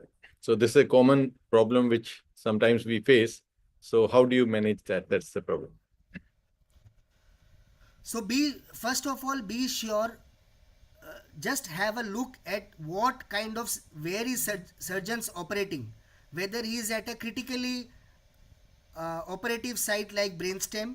It may be transiently due to some brainstem handling, or it may be a transient response to trigeminocardiac reflex. So wait for this responses initially. But if this response is persistent and not related to surgical step, then look for depth of anesthesia. Number one, good analgesia. If there is a good depth of anesthesia, good analgesia, no hypoxia, no hypercapnias, then probably in the quick decision you have to utilize certain drugs where you can blunt these hypertensive responses. Now, lot of anesthesiologists, they are comfortable with aliquots of propofol. I personally use some aliquots of propofol. If it's not being controlled, I usually use a labetalol. I am more with labetalol. Otherwise, it depends on the choice of anesthesiologist, which drug you are comfortable. You can use that drug to control the intraoperative hypertension. So absolutely, this is basically you have to be very careful where they are operating, and sometimes even just informing the surgeon to just stop there will take away these kind of responses. So that it itself says it's handling of the brain stem which is causing, and sometimes they are repeatedly happening, and you have to keep telling the surgeon about this. And if they are going beyond control, as Dr. Ankur has said, you might have to use. But he is very well informed during the lecture that don't try to blunt these responses, because they are actually good indicators that which will tell you that you are very close to some important area, or there is a TCR or something. So that is another question is, will you use flexometallic tube in these types of cases? So it depends on what kind of position is being utilized for the surgery. In supine position, you usually don't require flexometallic tubes, but if it's a park bench position, or if it's a prone position with neck flexion, or it's supine sitting position, then better use a flexometallic tube, because these PVC tubes, they have a higher incidence of getting kinked during such kind of and this kinking of the endotracheal tube, this can cause rapid increase in the intracranial pressure because of transmission through the thoracic pressure, and also the operative site bleeding. Then it becomes very difficult to control. Better to use the flexometallic tube. If you are planning to extubate on table, then extubate, good enough. If you are planning to shift electively ventilate the patient, then change the endotracheal tube at the end of the surgery. Absolutely. So when you are using extremes of position like extreme neck flexion or extreme neck rotation, probably flexometallic tubes gets a preference. The role of muscle relaxants while monitoring cranial nerves. See, this question was there before in the previous discussion as well. My perspective is, if there is any intraoperative neuromonitoring, including the cranial nerves monitoring, better not to use it, because partial block, it's easy to say then done. Achieving a partial block is actually very, very difficult, and I don't think somebody is practicing partial block, because in case you don't get good responses, then of course the blame will come to us, that because of our muscle relaxation the responses are not coming. So cranial nerves usually monitored is the facial nerve, Ninth and 10th cranial nerve can be monitored through specially designed endotracheal tubes, but usually the facial nerve monitoring is done either by a spontaneous EMG or a triggered EMG. The electrodes are placed on various facial muscles. So muscle relaxant, personally, I will not use if cranial nerve monitoring is being done. Okay, and quickly take one more two questions. Ringer versus normal saline versus plasma light. What is the consensus present of the day? There is no consensus till date. The consensus is clear. You have to use a isotonic crystalloid, whether it's a normal saline or a balanced salt solution. The only problem with Ringer's lactate is that large volume of Ringer's lactate, because it's a hypotonic solution, large volume of Ringer's lactate can probably lead to increased brain edema, but small doses, again, there is no result that it can increase brain edema. What we commonly do is that we utilize a combination of normal saline and plasma light, because too much of normal saline, we have a risk of hyperchloremic metabolic acidosis. Too much of plasma light, again, there is a recent study that plasma light is also relatively hypotonic. So too much of plasma light can also lead to increased brain edema. So better a combination of normal saline and plasma light. Say for example, 3 liters of normal saline, 3 liters of plasma light. If your demand is 6 liters, then normal saline 3 liters, plasma light 3 liters. You can always use a combination. Yes, you can use an alternatively using both that. Right. So next is, sir, please tell about management of cardiac arrest in park bench position or prone position. Okay. So again, the same technique, the cardiac arrest in non-supine position, you can use the anterior as well as the posterior chest, but you can start the chest compression. The only thing is that the patient is on pins, so putting a compression, chest compression on pins can be very, very tricky. The only thing you can do is that ask the surgeon to rapidly open the pins, start the chest compression in that position, and make the position supine as early as possible. The good thing about park bench is that supine positioning won't take much of the time, unlike prone positioning, right? So in cardiac arrest occurs in park bench, you can rapidly make the patient supine. Absolutely. As Dr. Ankur has clearly mentioned, it has to be started right there. You cannot wait for things to happen. But you know the best position to give is supine. So as soon as you can do the patient supine, you turn the patient supine. But one more thing which if I could just add here is, if it is being done in prone position or lateral position, you have to support from the lower side so that the compressions become effective. If suppose you're giving compressions from the back in a prone position, so you should have support from the chest underneath, so that the compressions become effective, and same way in the lateral or park bench position. Very nice. Do you change flexometric tube to normal tube at the end of surgery? Yeah, we always change the flexometallic tube at the end of the surgery to normal PVC. This is because once the patient is awake in the post-operative period, the biting of the flexometallic tube, once it gets kinked, the flexometallic tube, once it gets kinked, then there can be hazardous complications. So better change the flexometallic tube to the PVC tube. Yes, because once patient is out of anesthesia, he may bite, and they will not return back to the normal position, unlike a normal tube. So it's better to change it. And the last question is role of calcium channel blockers to control intraoperative hypertension. So it all depends on the comfort of the anesthesiologist with a particular drug. It can be utilized if you are comfortable with it. In my practice, I am so much used to labetalol. I can use right and left labetalol. I am very much comfortable with labetalol. When it comes to predominantly controlling the blood pressure, when it comes to predominantly controlling the tachycardia, I am more comfortable with metoprolol. So it depends on the anesthesiologist what you are comfortable with. Any agents can be used. Okay. So now next we move to our next presentation. Thank you, Dr. Ankur. Thank you so much, sir. Thank you so much, presentation. And now we go on to our next talk. by Dr. Jayant R. Session, who is an assistant professor of neuroanesthesiology at JIPMER, Pondicherry.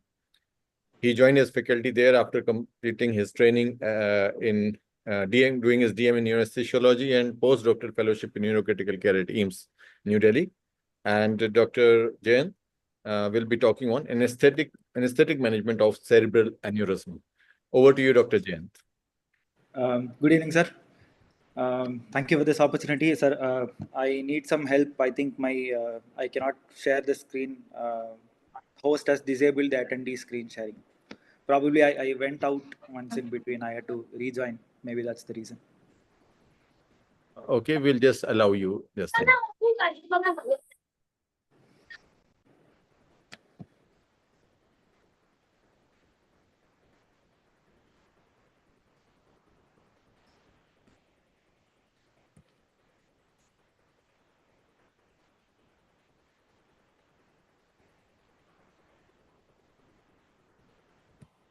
I think we can do it. Now you can proceed. Yes. Yes, sir.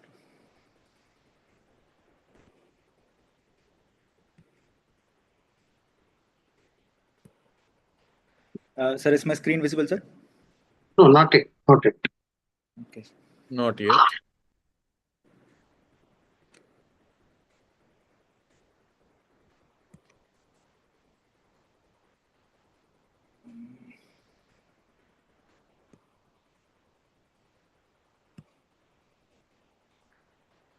Sir, I've started my PPT. Yeah, but we're not able to see your to PPT. see. Well,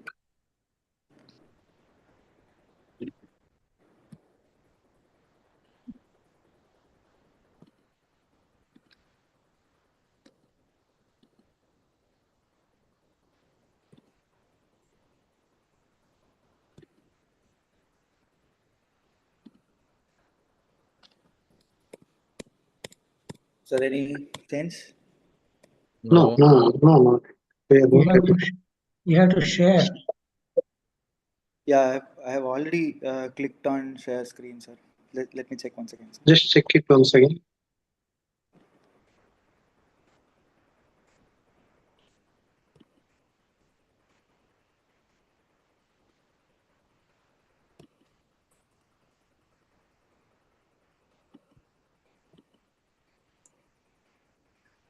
Sir, is it getting shared now, sir? Is the No, screen not yet. Not yet. Wait.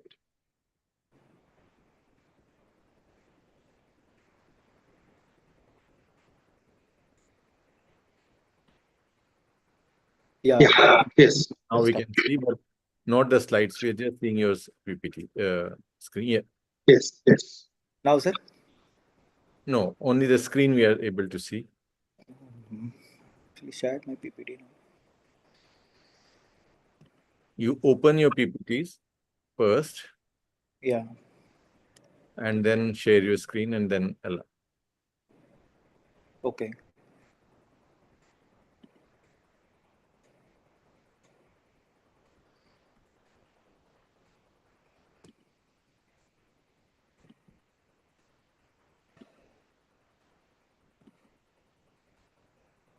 Yeah, it had come, but yes. Yes. Now make it full screen. Yes. Right. Has it become full screen, sir? Yes. You can go ahead. Okay. So, good evening, all. Over the next 20 to 25 minutes, we are going to be talking about anesthetic management of cerebral aneurysms. So, most of the anesthetic management part, including use of anesthetic drugs, osmotherapy, lines, some of it have been covered in detail in the previous presentations. That makes the work a little bit easier. So what we are going to see is mainly focus on the anesthetic management that includes 4 main domains. How we are going to preoperatively evaluate a patient posted for aneurysm surgery, what are the goals of anesthesia, and what are your intraoperative and postoperative concerns and complications.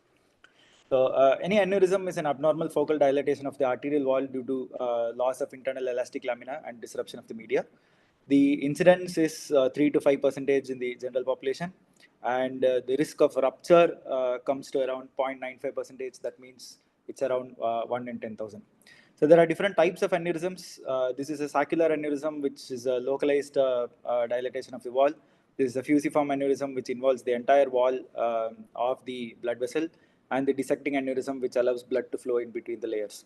So most of the cerebral aneurysms that we encounter are saccular aneurysms. Coming to the pathophysiology of aneurysms, well, there's just too much to discuss on it. So please remember two things. It's mainly related to hemodynamic stress and the ability to mount an inflammatory response. So hemodynamic stress is that which occurs in places where there is change in the flow of blood, which essentially means the bifurcations.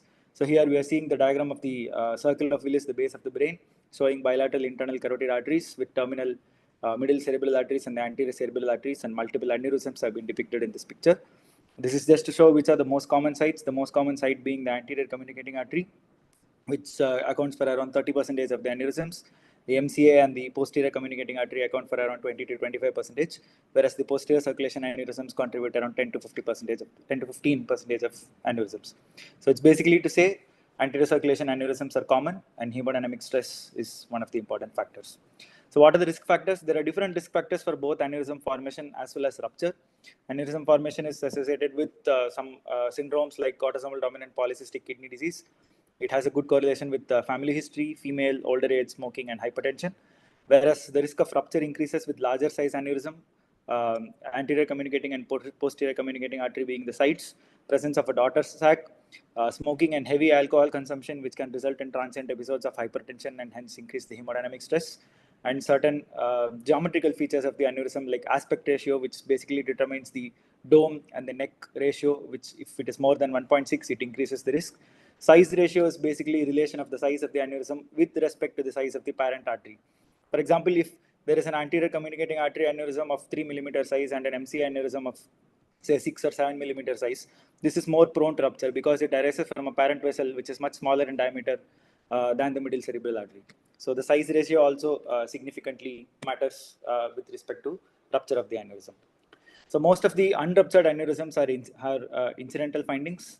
Some of them may present with headache or some focal features depending upon the size of the aneurysm. If the aneurysm has ruptured, then it is most likely to encounter with features of raised ICP. The classical description of the headache with regards to intracranial aneurysm rupture is the thunderclap headache, or the worst headache of a patient's life. This thunderclap headache is nothing but a sudden severe onset of headache that usually peaks to its maximum intensity within 1 minute. And it can be associated with nausea and vomiting as well. There will be signs of meningeal irritation. There can be altered sensorium depending upon the severity of rupture, and pupillary findings and motor deficits are common if there is significant say subarachnoid hemorrhage or rupture of the aneurysm and intraparenchymal hematoma. How do you diagnose SH? Non-contrast CT scan is usually the initial modality of choice that can detect any bleed within the intracranial compartment. If CT is negative, a lumbar puncture may help to detect xanthochromia, which is to get to know the bilirubin content of the aspirate. That can be suggestive of a CT negative SH. And angiography, either with CT, MR, or digital subtraction angiography, are usually to delineate the anatomy of the aneurysm. DSA is usually the gold standard. The rest of the modalities do possess significant amount of sensitivity and specificity, but they do have their own drawbacks. So this is the NCCT.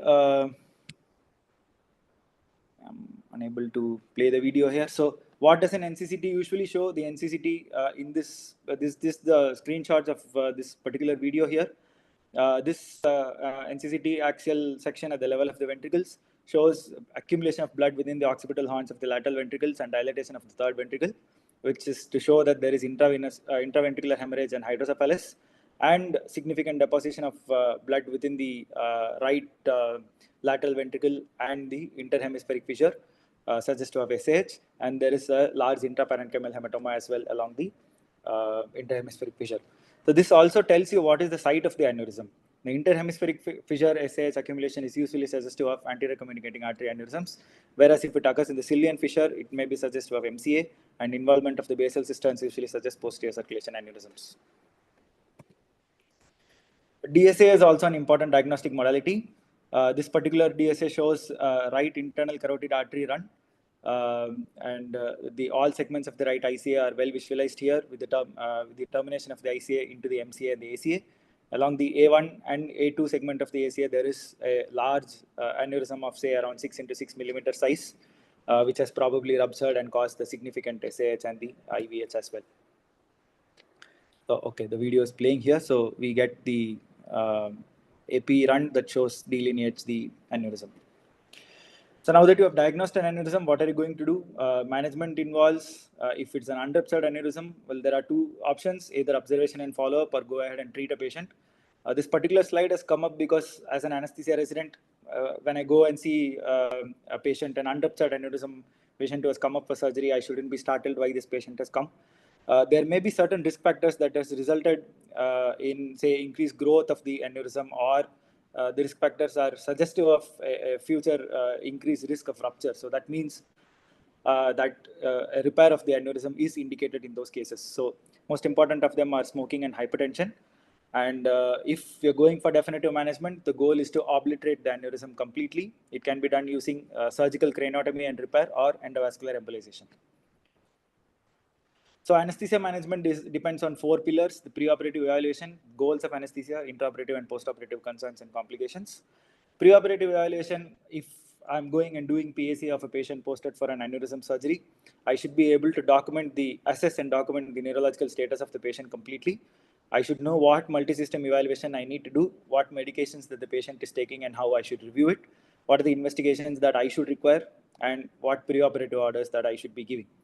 So this evaluation is mainly to focus on the important pathophysiological features and derangements that can occur in SAH, which mainly are vasospasm, raised intracranial pressure, derangement of cerebral autoregulation, and loss of cerebrovascular reactivity. So assessment of neurological status is basically to grade the patient into good grade and poor grade aneurysms. There are clinical grades and radiological grades. The 3 common grades that are available with us are the Hunt and Hess, the WFNS, and the modified Fisher grading.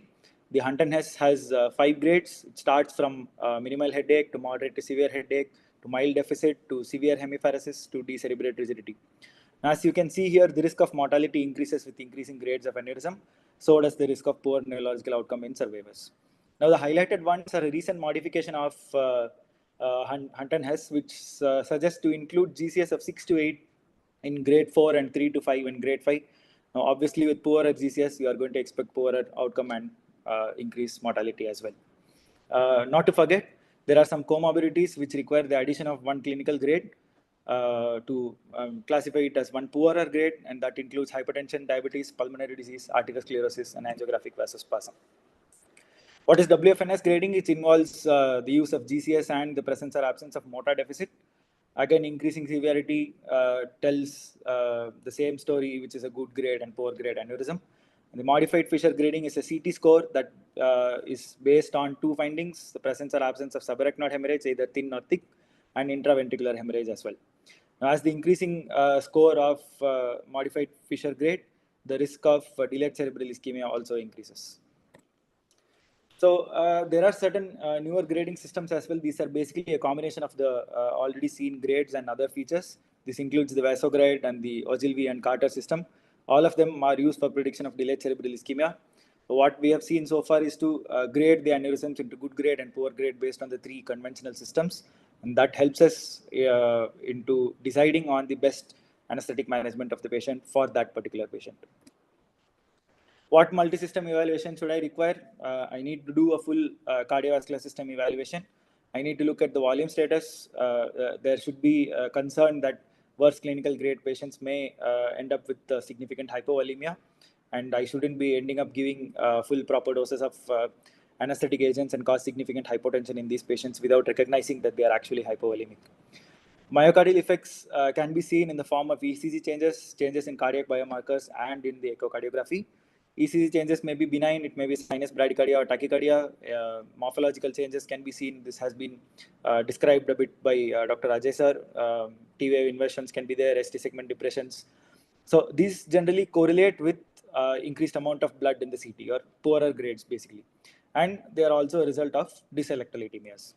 Cardiac biomarker elevation may be present. Troponin I's can be elevated, but we need to know that this elevation is not as significant as that seen in myocardial infarction. If in doubt, always do a repeat and serial evaluation that gives you a clearer picture of whether the changes are relating to MI or cardiac dysfunction associated with subarachnoid hemorrhage. Echocardiographic changes are usually a result of myocardial dysfunction because of catecholamine release that causes myocardial contraction band necrosis and dysfunction. The findings may be suggestive of LV dysfunction and regional wall motion abnormalities. Our most favorite topic is the Takotsubo cardiomyopathy, which is basically a transient LV dysfunction along with apical ballooning suggestive of apical hypokinesia. As suggested, this is transient. This is going to improve as the definitive treatment of aneurysm and SAH is being done. What about respiratory system? I need to know at the back of my mind that patients with poorer GCS are at risk of aspiration pneumonitis and pulmonary edema. This pulmonary edema may be because of myocardial dysfunction or due to neurogenic pulmonary edema. This neurogenic pulmonary edema is again relating to catecholamine increase. Increased systemic catecholamines will result in increased SVR and increased preload. So there is a sudden severe increase in the pulmonary circulation. The pulmonary capillaries won't be able to handle it. The capillary dysfunction occurs, resulting in neurogenic pulmonary edema.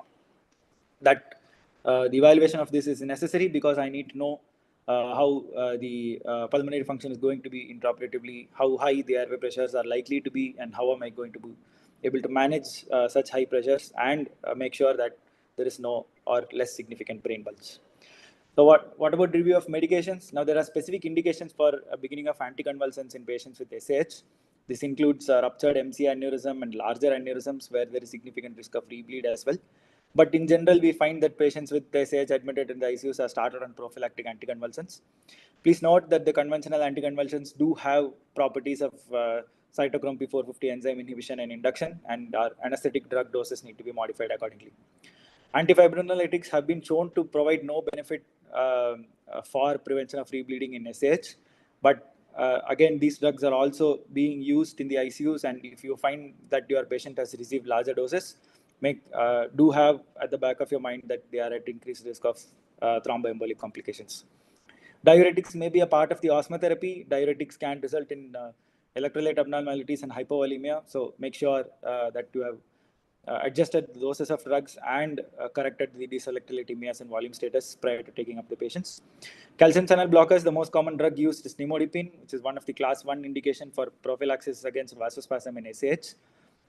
So it is going to be continued, and if your patient was on any anticoagulating medication previously, make sure that it has been reversed. What investigations do I need? I need to look at the hemoglobin and hematocrit. I have a target. My hematocrit should be between 25 and 30%. I don't want significant anemia or polycythemia as well. Electrolytes, yes, there is a significant component of dyselectrolytemia that occurs in these patients, most common being hyponatremia. It may occur along with hypovolemia, and it may be a result of hormonal dysfunction like SAIDS or even cerebral salt wasting syndrome. The other common abnormalities that we do encounter are hypokalemia and hypocalcemia. The importance is that this needs to be corrected before you take up the patient for surgery to prevent any worsening intraoperatively. Renal function tests, I need to know what is the serum creatinine level because these patients might have been subjected to repeated angiographies like CT angio and DSA.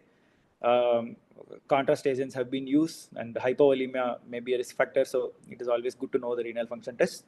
We have already spoken about the cardiovascular risk factors, so ECG and echoes may be asked for, but remember that echo should not delay surgery if you are suspecting any mild cardiac dysfunction. Of course, neuroimaging has to be revealed. We have already spoken on the importance of CT and DSA. Preoperative orders, the most important thing is about pre-medication. If your patient is of a good clinical grade, then pre-medication may be administered to counter anxiety. It is important to remember that benzodiazepines or opioids in overdose may result in sedation and respiratory depression. Of course, nimodipine needs to be continued. The goals of anesthesia, again, these are standard. This has been discussed previously as well. Let's just go through it once again. Smooth induction and gentle laryngoscopy for intubation, adequate analgesia and immobility, maintenance of cerebral perfusion pressure or transmural pressure, providing adequate brain relaxation and optimal surgical field, and prompt recognition and management of complications, and facilitation of reversal and neurological recovery. How are we going to induce? We've just spoken about it in detail in the previous 2-3 talks. Propofol and fentanyl can be used. Fentanyl usually is being used in higher doses in aneurysmal cases because we want to counter the hemodynamic response to laryngoscopy and intubation. Please remember that high doses of opioids may have a theoretical risk of raised ICP, but because we are using along with propofol, which is a cerebral vasoconstrictive agent, the risk is being mitigated. Regarding muscle relaxants, non-depolarizing agents are being used standardly. Regarding the use of scoline, there is always a concern regarding fasciculation and raised ICP and hyperkalemia. It may be better to avoid scoline in subacute stages of motor deficits. And again, the thought comes only when you are looking into a case of significantly difficult airway. Otherwise, non-depolarizing agent should help. Most important part of induction in these cases is to maintain the transmural pressure and to prevent any significant changes or hemodynamic fluctuations. This can be done with beta blockers, either esmolol or labetalol, IV lidocaine, or even repeat doses of propofol may be used. Please remember not to cause significant changes in hemodynamics during the peri-induction period. So how are you going to monitor hemodynamic changes? It is better to put an intra-arterial catheter prior to laryngoscopy and intubation. It need not always be an awake arterial line. Even after induction of anesthesia, it can be done. But again, it depends upon the grade of aneurysm patient that you are dealing with. So what is transmural pressure? Transmural pressure is nothing but the pressure gradient across the aneurysmal wall. It is again very similar to the cerebral perfusion pressure. It is essential to maintain a constant transmural pressure throughout the induction period. Patients with good clinical grades may be able to tolerate significant changes in transmural pressure, but if the grades are poor, then these patients already tend to have high ICP. That means their cerebral perfusion is going to be low. So if you give higher doses of agents and if you cause hypotension, then that might trigger further cerebral ischemia. So good way to induce may be allowing around 15 to 20% reduction in transmural pressure after induction of anesthesia, and that which can be compensated during response to laryngoscopy and intubation. Monitors, standard ASA monitors are indicated. We just spoke about IBP monitoring. Insertion of CVP catheter depends upon the volume status of the patient, how much osmotherapy you are expecting to give, what is the myocardial status of the patient, and whether you want to give any vasoactive medications to the patient. Neuromuscular monitoring is may be planned if your neuromonitoring is being planned. And evoke potential monitoring is the use of EP monitoring is increasing with somatosensory evoke potentials and motor evoke potential. SSEP may be a slightly better monitor for sensitivity to cerebral ischemia, but it is not without significant false positive and false negatives. But motor evoke potential use has increased. The only problem is if you about the depth of anesthesia. So if we end up giving too high depth of anesthesia, the waveforms are going to be inhibited.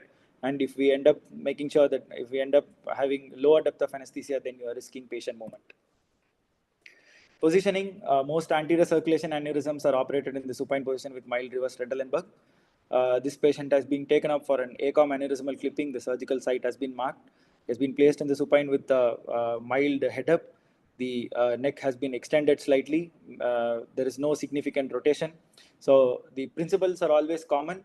Blunt any hemodynamic responses to scalp block. Make sure that the positioning is being done gradually. Transduce IBP to the level of circle of Willis. And padding of bony prominences needs to be ensured. And head and neck position has to be ensured at each stage and at the end of the positioning as well. Make sure you check the monitor for vitals and airway pressures after the positioning is completed. How do you want to maintain anesthesia? Again, if it's a patient is of a good clinical grade, I might want to go ahead with balanced anesthesia. In poor clinical grades where I expect significant brain bulge and lower response to CO2 reactivity, it is better to go ahead with TIVA. Make sure to maintain adequate analgesia with fentanyl boluses or infusions. Brain relaxation is a multitude, it's a combination of a multitude of factors. It starts with patient position, hemodynamics, adequate depth, use of osmotherapy. Again, the role of mannitol and hypertonic saline has been described. It has been spoken about in the previous 2-3 presentations as well. So mannitol 0.5 to 1 milligram kg can be given over 20 to 30 minutes. Please make sure that it is not given too early because it can cause a reduction in peripheral vascular resistance that causes transient and significant hypotension. One significant point to consider in aneurysm surgeries is the lumbar CSF drainage. There are specific contraindications. If your patient has an intraparenchymal hematoma, it is better not to go ahead with lumbar CSF drainage because we are risking the possibility of herniation. Again, when you're using lumbar CSF drainage, make sure to open the CSF drainage catheter only after the opening of the dura. And if you are aspirating, make sure you aspirate in small aliquots, and the rate of aspiration should not exceed 5 ml per minute. It is used mostly as a rescue measure where you can aspirate a small volume of CSF to make sure that to enhance the field of the surgical field, but it is less likely to be opened continuously because of the risk of herniation. What catheter to use?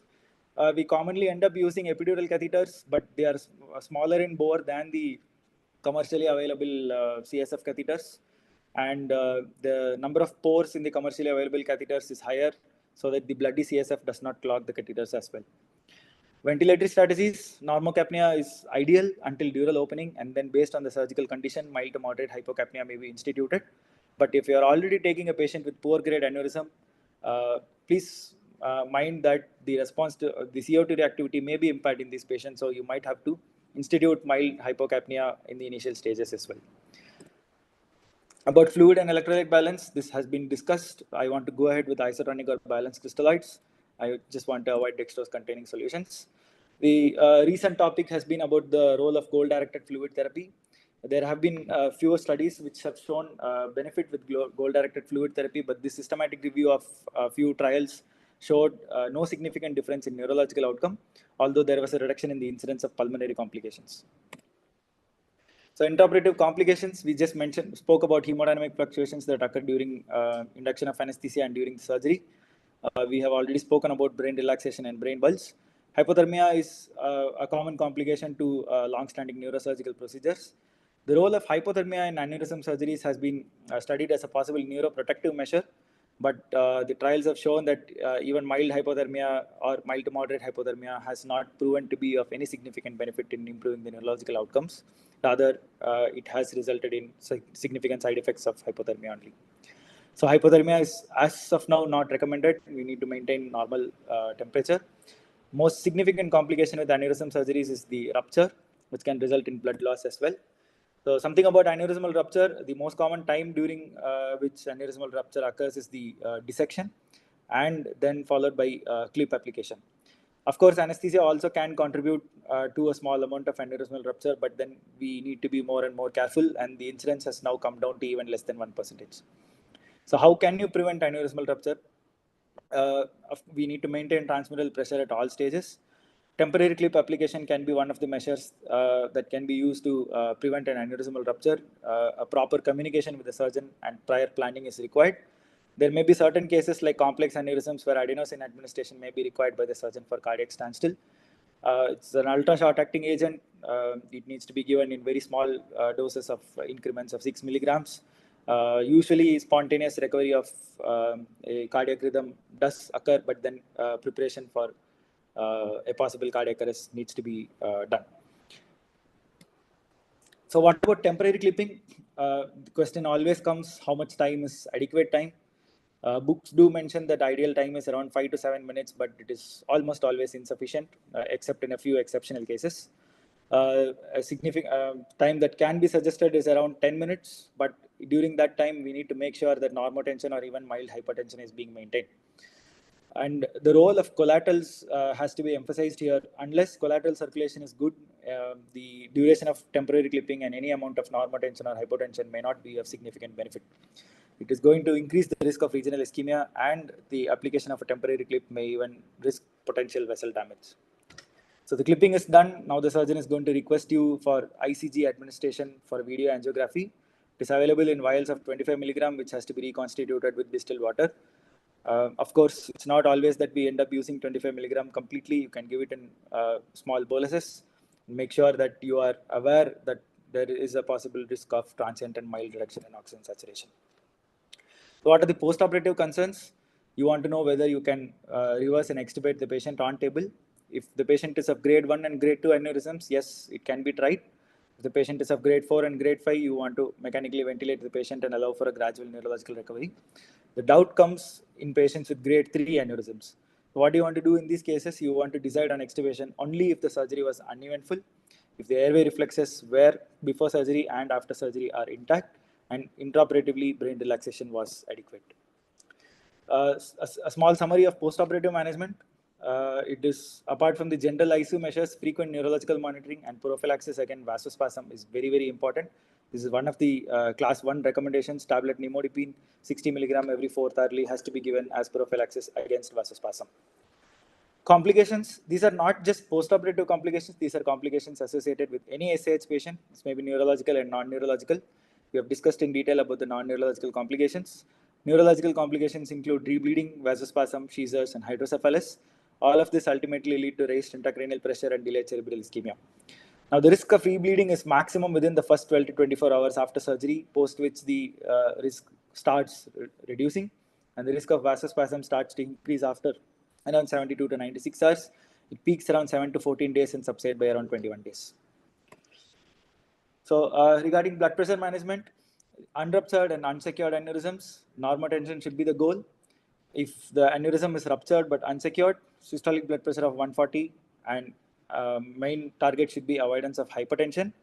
Hypertension will increase the risk of rebleeding. After a secured aneurysm, blood pressure may be increased up to 160 millimeter of mercury to counter vasospasm. But if vasospasm has set in and if you want to increase the BP even further, it can be done only by pharmacological augmentation and not by hypervolemia or hemodilution. No presentation on vasospasm and aneurysmal management is complete without the mention of TCD. TCD can be used to measure the mean flow velocities of the middle cerebral arteries, and any velocity more than 120 centimeter per second should give you the idea that the vasospasm may be setting in. We are in the era of evidence-based medicine, so this is just a summary of the guidelines for the management of SAH produced by the AHA and ASA. This is just a summary of the anesthetic management. Whatever we have spoken so far has been summarized here. And so the major questions that rise are, should I go for clipping or coiling, and when should I go for surgery? So early or late? So I think trials have resulted in favoring of early surgery, be it clipping or coiling. Early surgery has, though there has been no significant difference in 6-month outcome according to the international cooperative study on the timing of surgery, early surgeries are favored currently, and they have the advantage of eliminating the risk of rebleeding, favor clot removal, and reduced time of hospitalization. Whereas late surgeries does provide better operative conditions if the risk of complications has been mitigated. So what about coiling versus clipping? Most trials favor coiling and early coiling for improving 1-year outcomes, whereas with surgery and whereas with long-term outcomes, both surgery and coiling has shown to provide similar long-term outcomes. So just a brief mention about endovascular therapy. Now, endovascular therapy can be intrasaccular or extrasaccular. This DSA here shows the run of a right internal cerebral artery in the AP view. The termination of the ICA, I see a large saccular aneurysm with a small outpouching on the wall of the aneurysmal sac, and this has been coiled here by placement of detachable coils. The catheter is here through which a microcatheter can be introduced, and detachable coils can be introduced inside the sac of the aneurysm, and the flow has been obliterated here. So general principles for endovascular therapy: make sure you maintain patient immobility. Anticoagulation will be required, so we should be ready to manage anticoagulation, and reversal of anticoagulation mainly. One important clinical vignette: intraarterial nimodipine is generally administered, and that can cause significant hypotension, especially in poor grade patients. So be ready to manage this hypotension. We need to be vigilant to recognize early and manage the intervention related complications. Please facilitate early neurological recovery, and of course, mitigate the risk of hypothermia, and personal safety, radiation safety is also a main concern. So to summarize, anesthesia management for cerebral aneurysm needs understanding of the pathological and pathophysiological factors like vasospasm, ICP, cerebral autoregulation, and cerebral vascular reactivity. Prevention and early recognition of aneurysmal rupture is critical to patient prognosis, and we need to tailor the anesthetic techniques to individual patients, and good communication with the surgeon and the use of modern surgical and anesthetic techniques can result in better outcomes. Thank you. Thank you, Dr. Jayan, for that excellent talk. You covered every aspect of management of aneurysms here. Let's quickly take a few questions. I think one is, do you use adenosine in your institution in aneurysmal clipping? So currently in Zipmer, the use of adenosine is pretty restricted. There are some cases of posterior circulation aneurysms and some PCOM aneurysms where the surgeons did request us. We were ready to give it, but then it's not usually required. But whenever there is a plan to give adenosine, the preparation for a major cardiac event should be there. Although the drug seems to be relatively safe, the preparation for the major event is important. Yes, absolutely. You highlighted this important aspect, and many centers are using it. So it's which is a modality which is being used at many of the places. Role of lignocaine infusion. Lignocaine infusions. Of course, there are significant steps where there is a possibility of hemodynamic instability, and it is only during those steps that it is required. So it is the laryngoscopic response that needs to be blunted and the scalpin response. Infusion, I'm not aware of infusions being used. Maybe it can be restricted to these steps.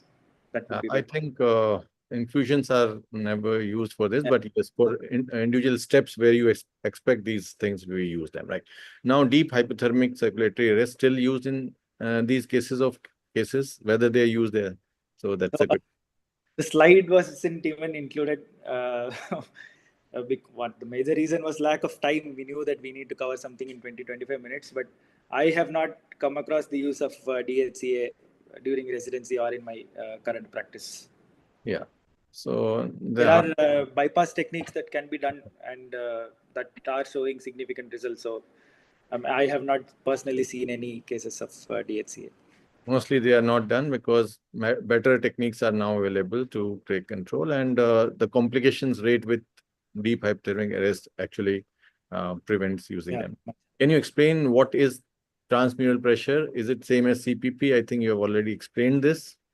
It's basically, again, the same across the aneurysmal wall. Pressure across the aneurysmal wall is what we are talking about. Role of neck control in aneurysmal clipping. That can be done usually for ipsilateral internal carotid artery aneurysms. Of course, if it's a large and complex aneurysm, then neck control does help. But again, if you are using neck control, if you are going to ligate the vessel, you need to be aware that you are risking cerebral ischemia, and neuroprotective measures need to be instituted. At least target neuromonitoring and burst suppression with higher doses of anesthetic agents and hypertension so that collateral circulation can result in better intracerebral flow. Yes, absolutely. And role of IONM in aneurysmal clipping. We just spoke about it. I think SSEPs and MEPs are being used increasingly. MEPs have shown to be more favorable, but then if you are using MEP, you need to make sure that the depth of anesthesia is appropriate. Too high, too low, both are dangerous for the patient actually. And lastly, do you follow triple H therapy? So no more. I think it's obsolete. So absolutely these days, only one component is just to keep the pressures higher, little higher, hypertension. That's all. No more triple H therapy. So thank you, Dr. Jayant. With that, we'll thank you once again for that excellent talk, and we'll move to our next talk by Dr. Kiran Jangra. She's an additional professor at PGI Chandigarh. She's an alumni of the same institute, and she will be talking on pathophysiology of traumatic brain injury, right, which is a very important topic for any one of us here. So, Dr. Jayant, can you please stop sharing your slides? Just a minute, sir. Yeah. Yes, Dr. Kiran, over to you, please. Okay, thank you so much, sir. First of all, I would like to thank the ISA esteemed members for giving me the platform, and our respected seniors who has actually made a compact package of the neuroanesthesia in such a short duration. And more importantly, I would like to thank the audience who are there till this late evening time, especially the dinner timings. Thank you so much for listening to me. I hope I can justify this webinar. So I'm just moving away from the topics what we are discussing till now, anesthesia. I'm going beyond the anesthesia. Sir, I'm audible. I think I'm audible. Yes, you're audible. Your side. Okay. Thank you, sir. So just to go back to the basics, what is the pathophysiology? We have learned pathology and the medical physiology separately during our MBBS. When in the clinical practice, we have to combine these two to know the pathophysiology of a disease. So what is the pathophysiology? This is nothing but the disordered physiological processes which are associated with either any pathology or the injury, what we are dealing with. So in this webinar today, I'm going to tell you about the pathophysiology of traumatic brain injury. So I have nothing to disclose here. So I will just give an overview of various head injuries and then coming on the topic as such, and will give the temporal aspects.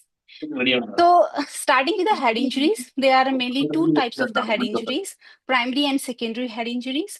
So what is a primary head injury? Primary head injury is nothing but the direct impact. There's like, as we can see in this diagram, whenever there is an initial impact, it causes the brain damage. This is what is the primary head injury. And we can't do anything much about the primary head injury.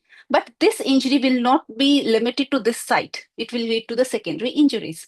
So primary injuries can be divided further into two, broadly in two categories. One is the extraparenchymal. Extraparenchymal are like which are beyond the parenchyma. As you can see here is a collection between the brain parenchyma and the dura mater. This is called as a subdural. When there is a collection between the dura mater and the cranium, this is called as the epidural hematoma. So this is like egg shaped and this is banana shaped. This is how we differentiate. And then there can be collection within the subarachnoid spaces in the brain. This is called as a subarachnoid hemorrhage. So any of these entity is extraparenchymal can happen. Then other thing is intraparenchymal, which when there is a damage within the brain parenchyma. So you can see here the bright spot with a mixed density with the lighter areas, and this is the contusion. Then you see the dense white part. This is a bleed. It may be intraventricular or intraparenchymal. And when you don't see any lesion in the brain, but still the brain is very, very tense and the patient is not having a good GCS, then it is diffuse brain injury. In CT scan, sometimes it is difficult to diagnose, but you can see slight patchy hematomas here and there. These are hemorrhagic patches at the gray matter-white matter junction, which are maximally seen during the MRI. But in routine setup, we don't see obvious lesion in the brain. Don't think that these injuries occur in isolation. There may be combination of the injuries, like acute SDH may be associated with the underlying contusion and so on. So patient can have mixed lesions. Now, most important thing you have to understand is the primary insult, which you see here. The type of injury may not determine the GCS, but it is the severity of the injury which determines the GCS. So based on the GCS, we categorize the brain injury in mild, moderate, and severe. For minor injuries, it is more than 13 GCS. For GCS of 8 to 12 is moderate head injury, and GCS of less than 8 will be severe head injury. Now you have to understand that patient can progress from mild head injury to moderate and moderate to severe. So we call them moderate to severe head injury. And how this progression happens, I'm going to talk in the next subsequent slides. So here, just a depiction that whenever there is an initial impact, there is a damage in the brain parenchyma. And this damage is not confined to the local area. After like few hours or 1 or 2 days, it may progress to adjoining healthy brain and can cause the injury. So this is the secondary brain injury, and the molecular mechanism of this injury we have to understand. So this is a primary head injury which incites the cascade of events leading to the secondary brain damage. So what are these events? Broadly, we can just, it is oversimplified diagram of the cellular derangement in the cellular physiology. Initially, there is an inflammatory response which incites the, which activates the astrocyte and can cause the cytokines release, and which ultimately cause the necrosis and apoptosis. And the another mechanism is through the breakdown of blood-brain barrier, which allows the cells to migrate inside the brain parenchyma. These are primary leukocytes. Usually brain is a leukodepleted organ, but when there is an injury, then the leukocytes can enter the brain and can contribute to the further inflammation. Now, this is a detail. Don't be scared of the like busy slide. So this is a detailed diagram of the cellular disturbances what I was talking about. So whenever there is an excitement of the cells, they release the excitatory neurotransmitter, which is glutamate.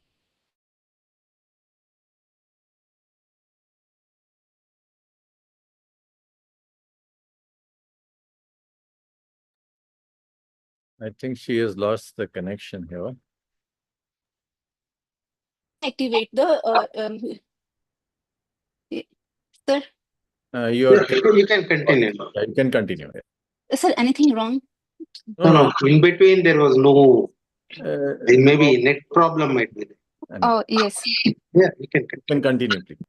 Sir, till what slide I was audible? Yeah. Yes. This slide you were on that side.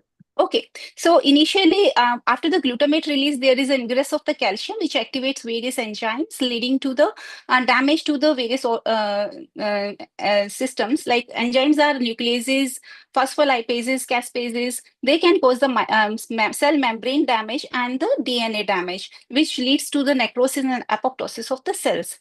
Again, another problem here is when there is a head injury, it causes the depolarization of the neurons, which increases the sodium ingress, and that will lead to the edema at the cell swelling. Because too much of sodium inside the cell can also drag the water in and cause the cellular edema. This edema what people were talking about in the previous slides. And also important factor here is the mitochondrial damage secondary to the enzyme induction. This mitochondria is responsible for the ATP production that will decrease. Another problem here is mitochondrial damage itself can lead to the apoptosis and necrosis. Now I'm coming on to the ATP depletion and energy failure. So there are two factors. One is the mitochondrial damage and another one is a decreased cerebral blood flow, which happens because of the increased ICP. So that can actually deplete the cerebral blood flow and perfusion, leading to the lesser energy available for the tissues, and it will cause energy failure. All these factors will actually cause the pump failure in the cell, and that is ionic pump failure. I'm talking about the sodium potassium ATPase, which will actually increase the cell swelling. So what is the clinical consequence of what all I have just said in the previous slide? So I was talking about the cerebral edema, cellular edema.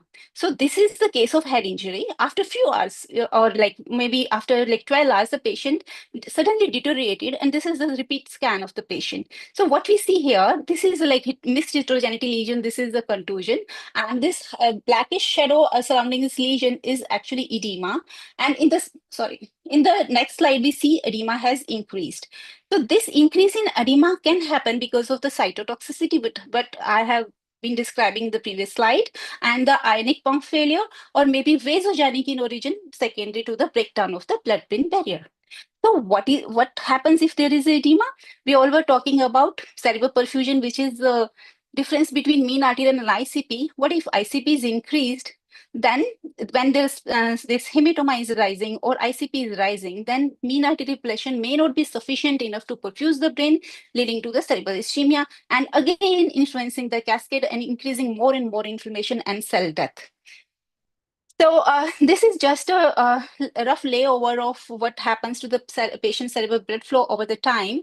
In initial 24 hours, we can see a sudden drop in the cerebral metabolism as well as the blood flow, which starts rising and overshoots for the next 7 to 10 days, and then it drops down to normal. This happens in the patient who actually recovers from the head injury. But there are certain group of patients who do not recover or stay vegetative. Then in those patients, we do not see the rise in the cerebral blood flow. Another problem here is autoregulation. The previous speakers have nicely talked about the autoregulation. We have to keep in mind when there is a severe head injury, it may affect the autoregulation, and the autoregulatory curve may straighten up. That means the brain become pressure passive, and whatever is the blood pressure may be the perfusion of the brain. So it may not be sufficient to perfuse the brain.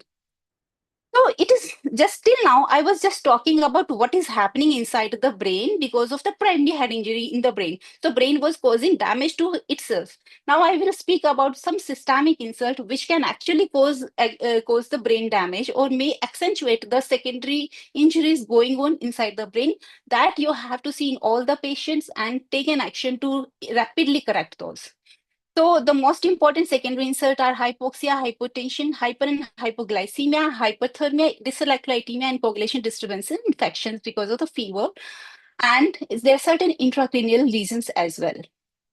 So this is one study which I have purposefully kept that why I'm emphasizing secondary insults are important, because this study states that if the patient develops secondary insults, they have the poorer neurological outcome. So the emergency department should be very proactive in correcting these secondary problems.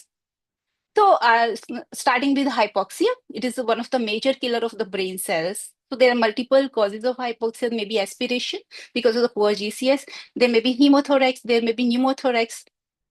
So any of these problems can happen, and then superadded infections can also be there because of the because of the intubation and the hospital stay. And I want to mention here the neurogenic permedema, which the previous speaker has talked about, that happens in any acute neurological insult, including SAH, TBI, or anything you can think of. Any acute insult which can acutely derange the cerebral physiology may present with permedema. Another factor is hypertension, which particularly I'm just talking about the trauma patients. So in trauma patients, there are various causes of hypertension like spinal cord injury, long bone fracture. And you see here the long bone fracture may bleed externally or internally. There may be pneumothorax causing the tension pneumothorax, which compromises circulation. And there may be hemothorax. Or this is like the collection inside the peritoneum. This is a fast screen. This is the kidney and liver, and this is a collection in the hepatorenal pouch. So the E-fast can show us that there is a bleed inside the abdomen, and this is the extended E-fast where this is subcostal view. This is four-chamber view of the heart, and this is a collection in the pericardium. So tampon are also. So any bleeding in any organ, any cavity can cause a hypertension, has to be rapidly recognized and treated. Why am I emphasizing this? Is because these are two major killers of the brain cells, and they can compromise the cerebral blood flow and can participate in the cascade leading to the neuronal cell death. The another factors are CO2. Both hyper and hypocapnia are dangerous. Hypercarbia, we know, increases cerebral blood volume, and there are various causes we know of. So we have to treat that. And hypocapnia is also dangerous. Hypocapnia, like when you want to reduce the CO2, that has to be very transient and is only reserved for the patients who are at risk of herniation. Because hypocapnia will actually do the vasoconstriction and will compromise the cerebral blood flow. Then comes the hyperglycemia. Hyperglycemia, actually what it causes, it increases the excitatory injuries in the brain. And another factor is hypoglycemia, which depletes the ATP formation inside the brain. So both are damaging for the brain. Another is seizures. Early seizures may increase the metabolism and can deteriorate the patient. And certain dyslipidemia like hyponatremia will precipitate the seizures. So we have to correct the causes as well. Another factor, these factors actually lies inside the brain, is a vasospasm. Previously, I have showed the slide of SAH, where there was a bleed inside the cells I and gyri that will cause the vasospasm and will compromise the cerebral circulation. Then raised ICP, maybe because of the hematoma expansion or because of edema here we can see, or because of the hydrocephalus post-traumatic. So these things can increase the ICP and will accentuate the cell death. So it is like till now, I have just talked about how the various organ system derangements cause the brain damage. Now it is other way around also. Like any insult in the brain tends to create damage in any organ of the body from head to toe. Every possible organ you can think of, brain can damage that organ. So I will be just in subsequent slides, I will be focusing especially on those organs where damage to that organ can lead to the cell death, neuronal cell death, especially in the brain. So first of all, the cardiac system. So I'm not going to go in details because previous speaker has spoken very well about the neurogenic stern myocardium because of the derangement. This is dysregulation in the autoregulation, and the excessive catecholamine surge can cause the contention band necrosis, which manifests as a neurogenic stern myocardium. The clinical manifestation varies. This diagram you have seen in the previous speaker slide. These are Cannon T waves, where the global T wave inversion. The second slide is the T wave inversion secondary to the MI. You can see the T wave inversion is confined to the left LAD territory. And here you can see the global T wave inversion. So this is the non-ischemic T wave inversion secondary to the head injury. Any kind of arrhythmias, any kind of ECG changes you can think of, you can see in these patients.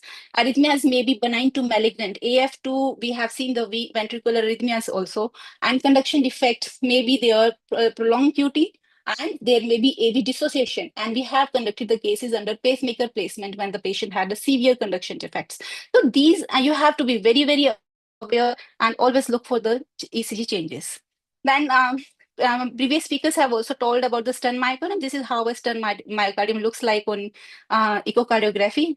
Sorry, my bandwidth is low, so it is not well appreciated. And this is Takotsubo cardiomyopathy, which was previous speaker was talking about when there is a apical ballooning. So all these things has to be seen.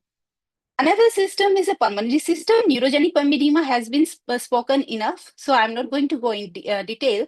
Just to add on this, after the pulmonary edema, neurogenic pulmonedema has set in, there is a second hit due to the mechanical ventilation, infection, or surgery, which can aggravate it. So chest X-ray is mandatory in all the cases. So another important system which I would like to highlight is the endocrine system, where the all the anterior and posterior pituitary hormones are compromised. So for us, the anterior pituitary hormone like thyroid hormone and cortisol are very, very important. These patients can have these hormone deficiency. And other important factor here is the hypothalamic injury secondary to the brain damage, which can affect the posterior pituitary hormone like oxytocin, and adrenal glands causing the disturbance in the renin-angiotensin system. And this thing will lead to the diabetes insipidus, cerebral salt wasting syndrome, or syndrome of inappropriate ADH secretion. And all these syndromes may occur in these patients, most common being the DI, when the patient may have hypernatremia. And the most common electrolyte being deranged is the sodium. Another factor which can deteriorate the brain condition is a coagulopathy. So brain injury itself can cause a coagulopathy by releasing a tissue, because of the tissue damage, there is a tissue factor which is released. This tissue factor is nothing but tissue thromboplastin, and it has a potential to activate the hemostatic system, and that will cause depletion of the coagulation factors and platelets, causing the hemorrhagic dysthesias. So it is very, very important for us to see whether the patient is having coagulopathy or not, and it has to be rapidly corrected because it can increase the lesion size by increasing the hemorrhage inside the brain. So now, after this, I will speak about the temporal aspects. So when we have known that the patient is having primary injury, or we are controlling the secondary damage, but still many of the patient will rapidly recover. But the few patients are there which will suddenly deteriorate as well. So we have to be very, very cautious and very, very cautious in treating. And first of all, we have to know whether there is a disturbance, and we have to be very active, proactively we have to correct those disturbances so that we can protect the patient and move towards the rapid recovery. But the recovery varies from patient to patient because it depends on the extent of the primary injury. It depends on the response of patient to the treatment, and there may be certain genetic factors which also plays a role, whether the patient can regenerate, whether they can stop the inflammation or not. So with this, I have the take-home message for you that you should try to understand the pathophysiological disturbances in the patient, in each and every patient, because they may vary from patient to patient, and give the targeted therapy. Like if there is a hypoxia, hypotension, treat the target, maintain the targets what you have, what the previous speaker has talked about, what are the targets for the various cases, and then observe for the progress, whether the patient is deteriorating or they are recovering. So I'm done with the talk. So I'm opening the session for the discussion. Thank you very much for patiently listening. Kiran, for that lucid talk and covering the topic so well. I don't see any question in the chat box right now. So in the interest of time, if someone posts it, you may please take it in the chat itself. I will quickly move on to the last talk of the day, which is equally important because many of these patients who have suffered head injury, they go for surgeries other than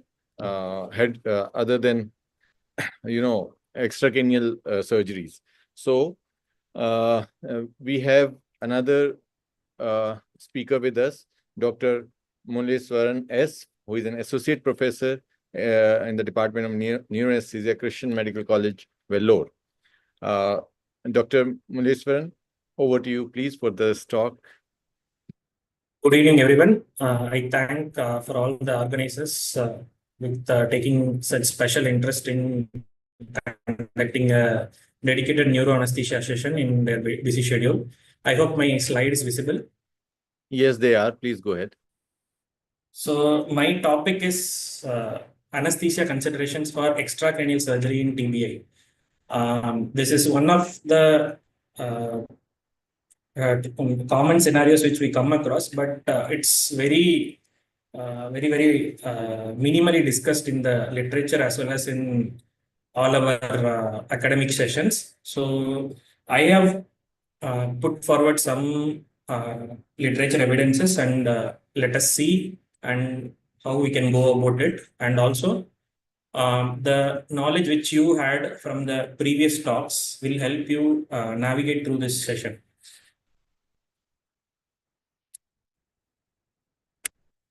So the outline of my talk will be this. There will be some statistics followed by classification of extracranial injuries and some a little bit on secondary brain injury, since the previous speaker has covered most of it.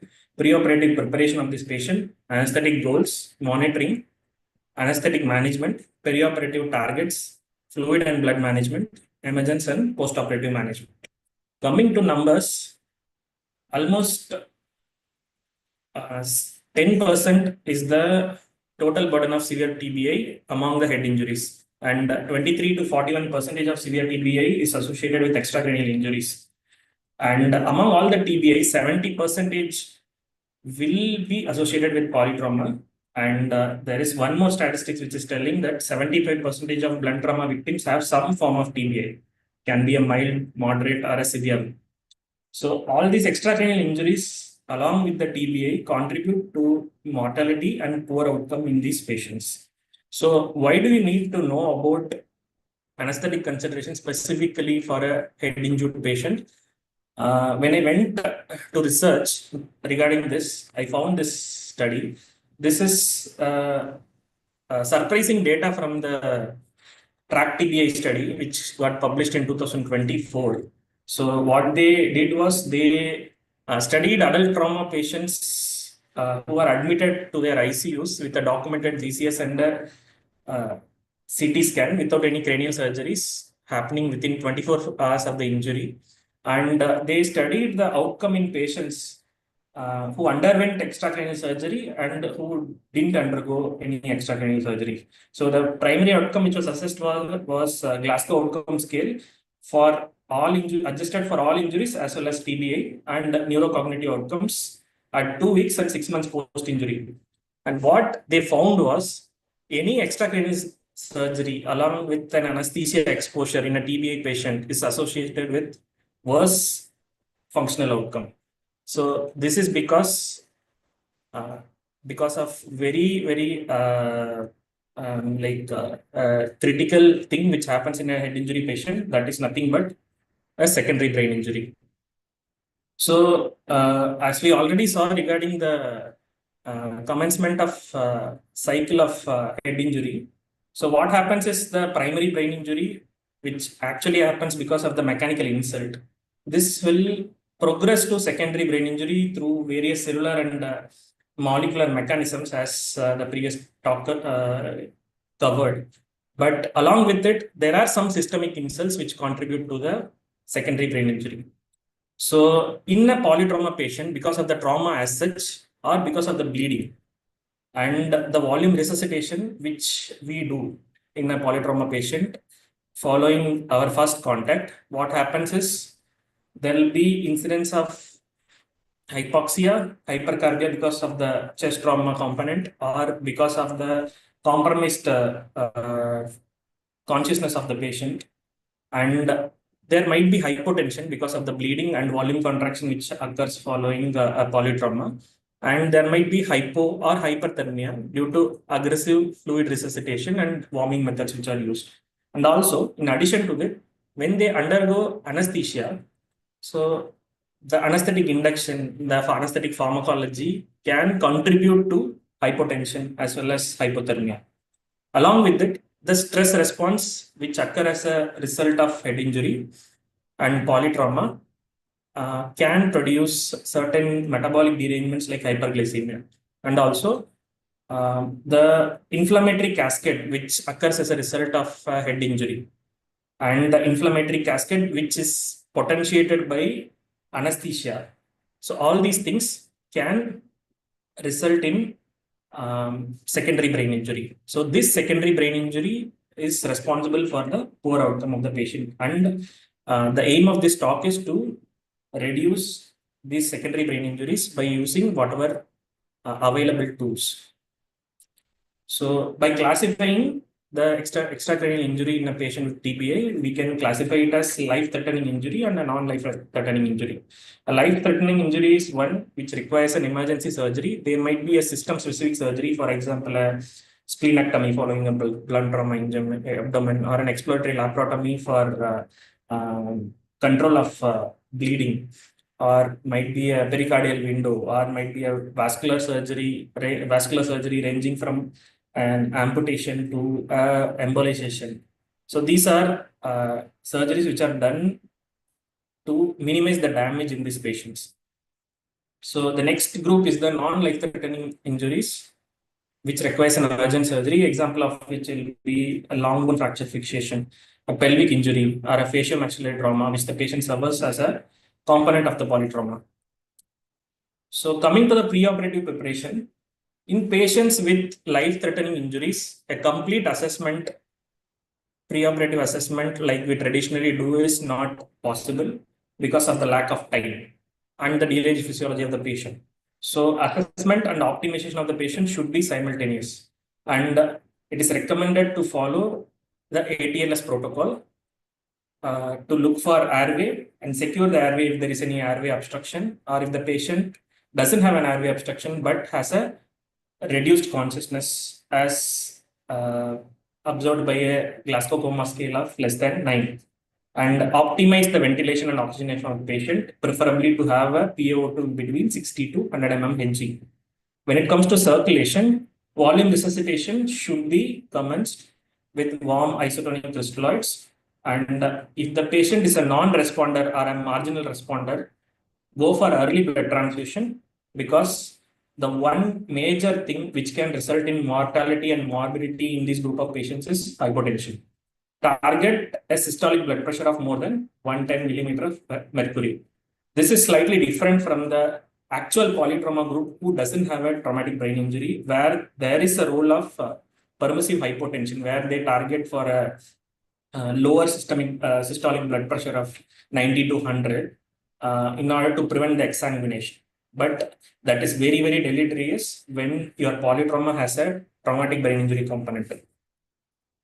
So as a part of the preoperative assessment, take a note on allergies, medications, in the past medical and surgical history of the patient, and the last oral intake.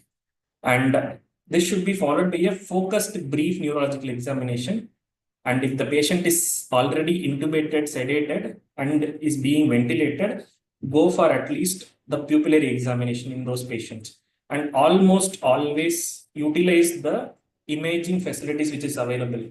Look through your eFast scan, which has been already done, which will give you a valuable information regarding the presence of any blunt trauma abdomen, presence of any hemothorax, presence of any pneumothorax, presence of any pericardial effusion, presence of any pelvic injury resulting in a pelvic bleed. And almost always look through the CT scan, spend some few seconds and look through the CT scan, whether it is a head CT, spine CT, or a whole body CT. Because most of the polytrauma is associated with multi-system injuries, and most of the head injuries are associated with spine injury, and most of the head injuries as a part of polytrauma is associated with some solid organ injury. And employ surface and core warming methods to prevent hypothermia, because again hypothermia is another important physiological killer.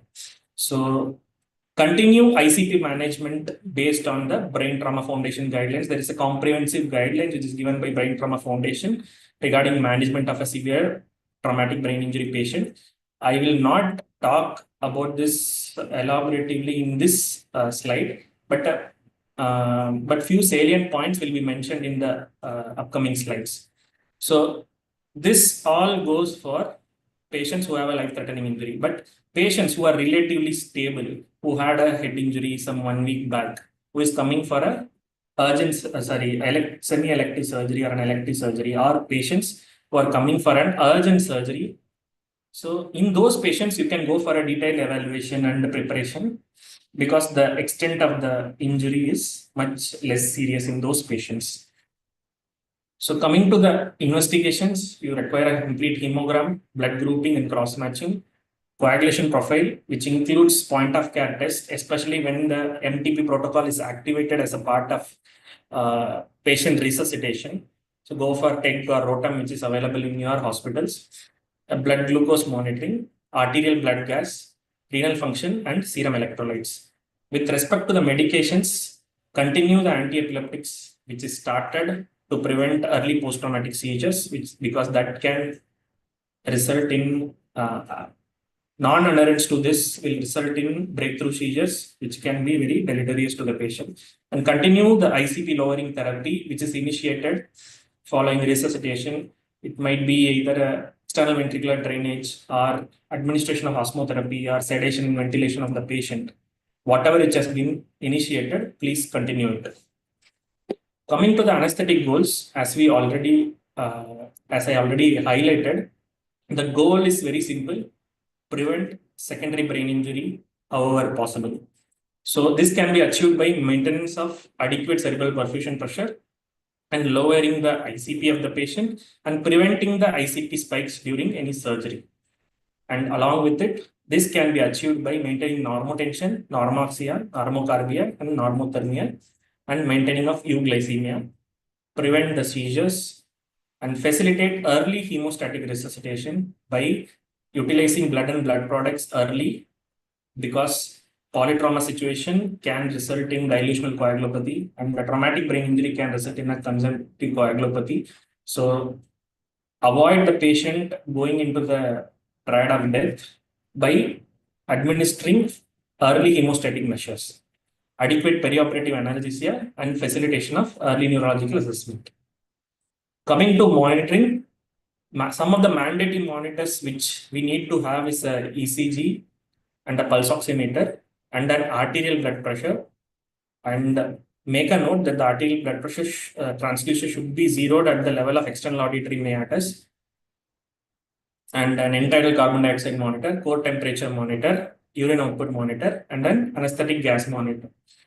Some of the desirable monitors are your depth of anesthesia monitors to titrate the anesthetic depth, and your intracranial pressure monitor, whether an invasive or a non-invasive one, that is left to the discretion of the person who is practicing and the availability at the setup, and an advanced cerebral monitor in terms of a jugular venous oximetry or a brain tissue oximetry, or a more non-invasive one like your near-infrared spectrometer.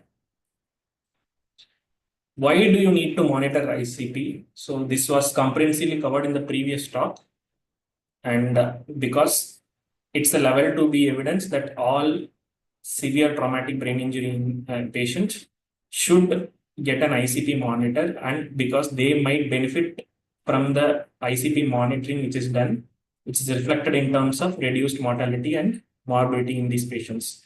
So whether to go for an invasive or non-invasive one, that is completely left to the physician's choice, as well as the setup which is available. But the advantage of having an invasive monitor is, especially if you have an external ventricular drain, it can allow continuous CSF drainage or an intermittent CSF drainage, and you can treat the ICP spikes which can occur during the perioperative period. So that is an extra added advantage. And whenever you have an EVD, continue to use the EVD in the perioperative period. Make sure that you zero the external ventricular drain transducer at the midbrain level, that is the external auditory meatus. So in order to have an actual reflection of the intracranial pressure. So as I already told you, that utilizing an external ventricular drainage to lower the ICP is recommended in patients with GCS of less than 6 during the first 12 hours of injury.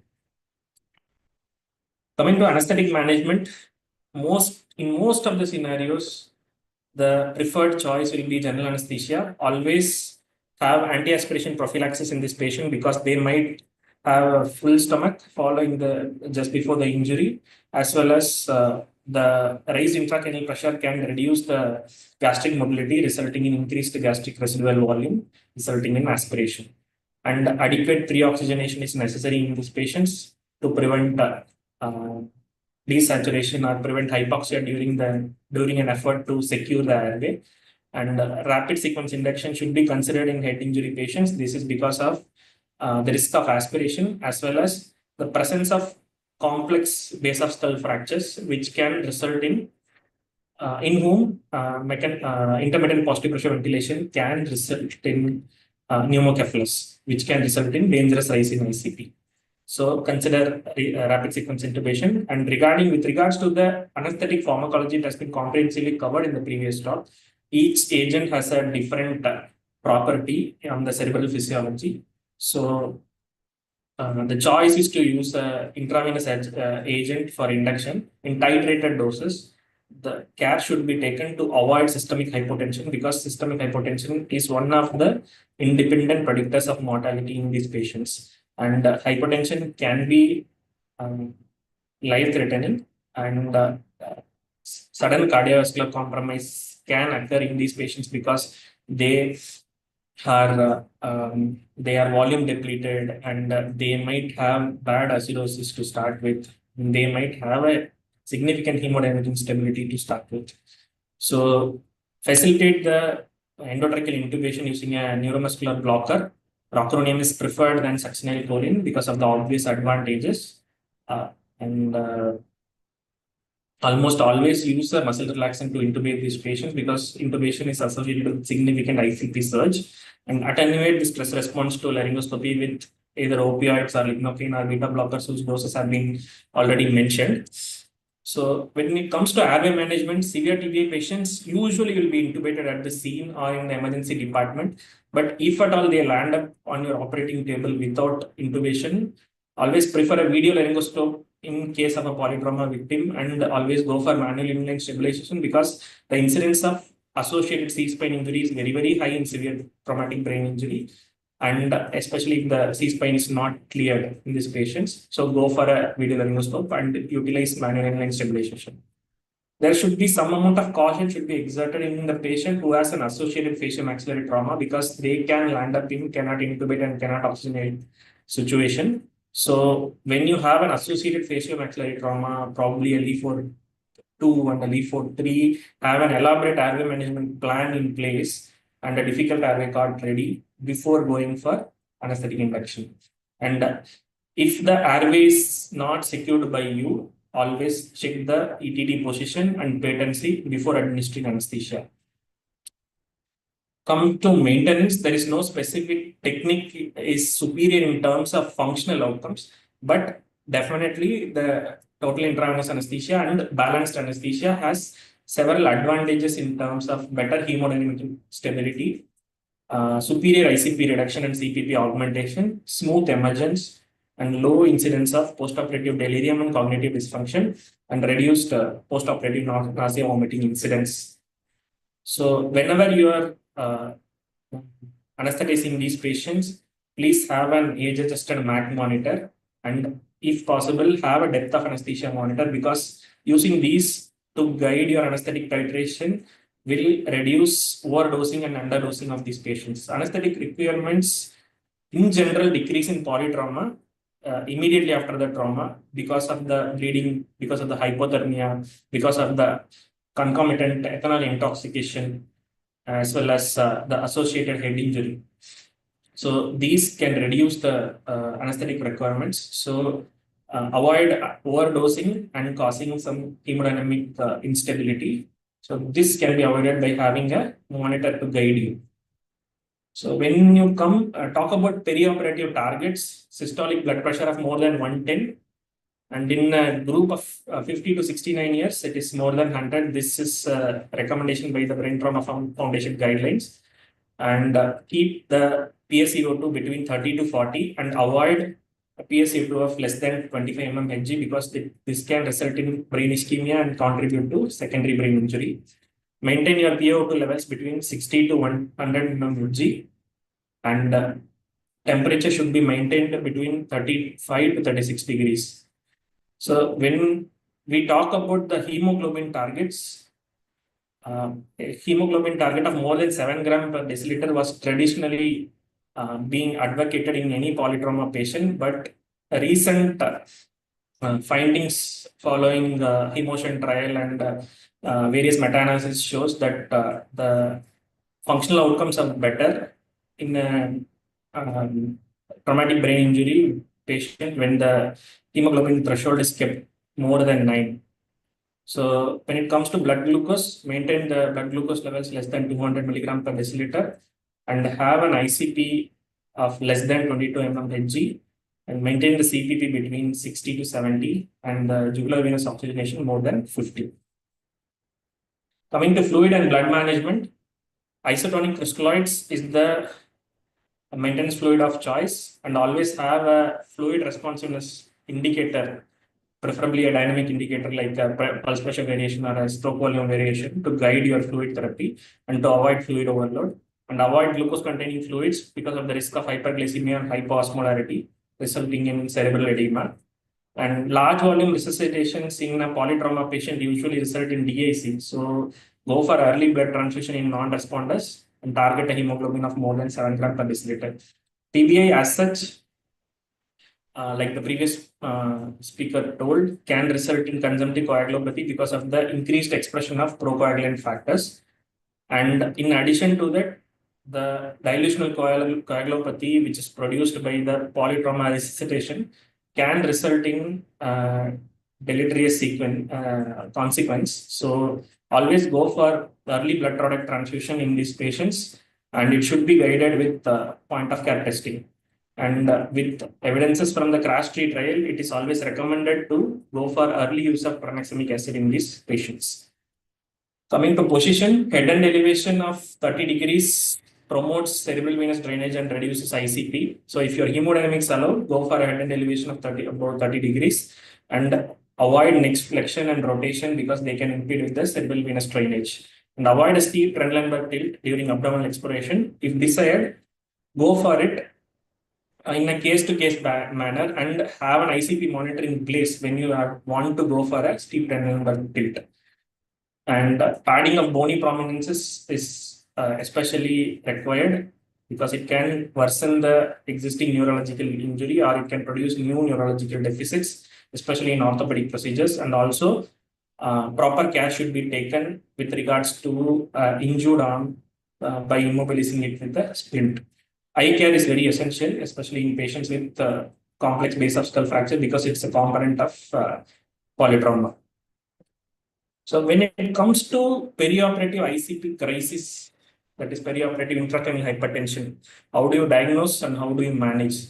How do you diagnose? When you have an ICP monitor, it is obviously easy. That's why there is I have emphasized that when you have an ICP monitor, always make use of it in the perioperative period. But if you don't have it, then you can go for non-invasive ICP monitoring strategies, commonly like optic nose sheath diameter or a pupillometer, or even you can use a near infrared spectrometer to go for more objective cerebral oxygenation measurement. So this is because in a patient with a brain injury, the most important thing which tells you that the patient is worsening is the neurological examination. That is lost when you anesthetize this patient. So it is always very important to look out for this perioperative intracranial hypertension. So how do you deal with it? So I have, there is no consensus regarding how to deal with it, but with literature evidences adapted from the CIBIC TBI algorithm, what we can do is we can follow the same tiered management which is being instituted in the intensive care management. So we can go for optimizing the cerebral perfusion pressure, increasing the sedation and analgesia to lower the ICP, and maintaining a normocarbia between 30 to 40, And we can go for osmotherapy by giving an intermittent bolus of mannitol or a hypertonic saline. And if you have a CSF drainage facility with an external ventricular drain the CSF and see whether the ICP is decreasing. And consider the anti-seizure prophylaxis and consider EEG monitoring to see whether there is a seizure which is happening. This EEG monitoring can be facilitated if you use a depth of anesthesia monitor, because they give a single or a double channel EEG recording on your screen. And if the ICP doesn't get controlled, then you can go for tier 2 escalation, where you can go for mild hypocarbia, where you can target between 30 to 35. And we can try optimizing the cerebral perfusion pressure. I'm not going into the details of the MAP challenge because it is to be done by experts when you have facilities for both ICP monitoring and cerebral oxygenation monitoring. So I'm not going to go into the details of it. And if the ICP doesn't get controlled with all these things, then it is better to go for a secondary decompressive craniectomy. You can alert your neurosurgery team to that the patient is about to cone anytime, so they can come in for a secondary decompressive craniectomy during the procedure. So coming to specific consideration with respect to specific surgeries, when it comes to blunt trauma abdomen, there are two things which are happening. Bleeding into the abdomen can result in raised intra-abdominal pressure. This in turn causes reduced intrathoracic pressure. This intrathoracic pressure reduces the cerebral venous drainage and increases the ICP. Also, this intrathoracic pressure can result in VQ mismatch, resulting in hypoxia. Both of these can contribute to the secondary brain injury. In addition to that, the reduced cardiac output, which happens because of the blunt trauma abdomen, can result in reduced mean arterial pressure and cerebral perfusion pressure, contributing to the ischemia and secondary brain injury. So, when the intra-abdominal pressure is more than 20 mmHg, it is considered to be abdominal compartment syndrome, and when the IAP increases significantly, this might be associated with increased, can result in increased intracranial pressure also. So a decompressive laparotomy can be done in this patient for salvage. And one of the important things to understand is there is concealed bleeding in this patient because of the blunt injury abdomen. So these patients are at very high risk of hypotension during anesthetic induction. So always have your vasopressors ready and go for titrated induction to prevent this complication. And whenever an intra-abdominal surgery is going on, care should be taken to avoid head-low position, especially steep head-low positions. And if at all it is being done, having an additional monitor like an ICP monitor will always help. And avoid use of laparoscopy because it can result in increase in the intracranial pressure. So when it comes to orthopedic surgeries, the optimal timing for long bone fixation when the patient has an associated TBA is unclear. The decision is usually taken based on the severity of the TBA, the hemodynamic stability of the patient, and the oxygenation of the patient. So one advantage with early fixation is that easier mobilization and reduced incidence of thromboembolic complication and fat embolism, whereas the severity of TBA and the hemodynamic stability of the patient should guide towards it. So until that, stabilization of the patient with splints are recommended, and due caution should be exerted if you are going for a delayed fixation, whether to start for a thromboprophylaxis or not, because this can result in hematoma expansion and worsening of brain injury. And whenever you are anesthetizing a patient with head injury for an orthopedic procedure, please encourage your colleagues to use tourniquet and avoid intraoperative hypotension, because this can result in significant mortality and morbidity. And avoid intraoperative hypotension, especially during induction as well as during the medullary reaming, because medullary reaming can result in embolic complications. If there is an associated hypotension, then that will cause significant secondary brain injury. Coming to emergence and recovery, most severe TBA patients require post-operative ventilation, so then there is no scope for any extubation trial. But when it comes to a mild and a moderate TBA patient, a smooth emergence should be ensured before extubating the patient. And these patients should be monitored in the post-operative post-operatively in the ICU because in the post-operative period, there is a chance of neurological worsening in these patients, and the care of the traumatic brain injury patient should be continued as per BTF guidelines post-operatively. Coming to role of regional anesthesia, there is no literature evidence to support neuroaxial techniques in the context of head injury. This is because of the risk of ICP elevation and the hypotension induced by regional anesthetic techniques, resulting in secondary brain injury. So there are no clear consensus on when safely spinal anesthetic or an epidural anesthetic can be given following head injury, or in which grade of brain injury it can be given. So the available evidence is that avoided in a head injury patient.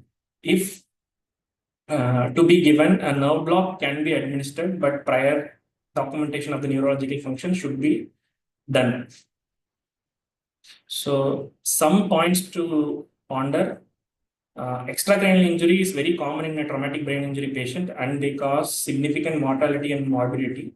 So the most common cause for it is the secondary brain injury, and our therapy in the perioperative period should aim at minimizing it by religiously following all the practices which I have already elucidated.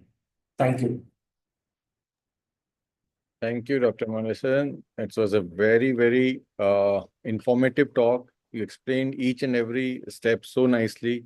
I think there's hardly any doubt left. Still, I would just see the chat box, and there's two questions only. One you have already answered. Can we give spinal, say for fracture femur? This is now clear from your talk. Oxygenation toxicity matters. Query. So would you like to take this question? With respect to oxygenation toxicity, the problem is hypoxia is more of a concern in these polytrauma situations, and oxygen toxicity question doesn't arise in this perspective because having a PaO2 between 60 to 100 doesn't really cause oxygenation toxicity. Yeah. So you have already mentioned the range where you want to keep it, 60 to 100. So I think that's again clear. So I don't see any question in the chat box.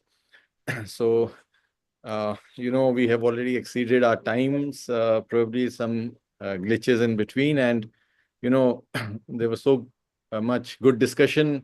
So we let it go a little longer than what we expected. But as we come to the end of this session today, I would like to take this opportunity to thank all the people whose effort has made this possible today. I would especially like to thank Dr. Balavenkat Subramanian sir, the Chancellor, College of ISA, Dr. J.V. Devatia, Vice Chancellor, College of ISA, Dr. Sukhminder Jeet Singh Bajwa, Registrar and Academic Secretary, CISA, and Honorary Secretary, ISA National, Dean Dr. Umameshwar Rao, and Associate Dean Dr. Srinivas Damar, whose vision has actually conceptualized this academic program today. Well, I will deeply like to thank all our speakers for taking out time to deliver these excellent talks and share their experience, which would have no doubt benefited each one of us who have attended this meeting today.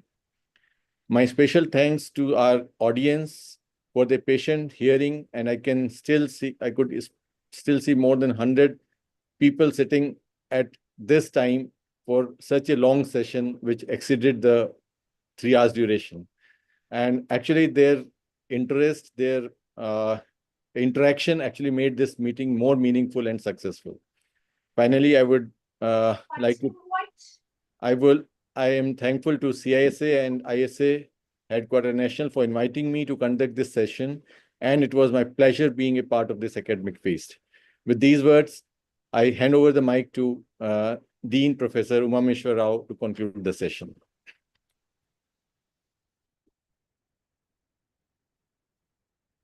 Everybody would agree that that was a very good session.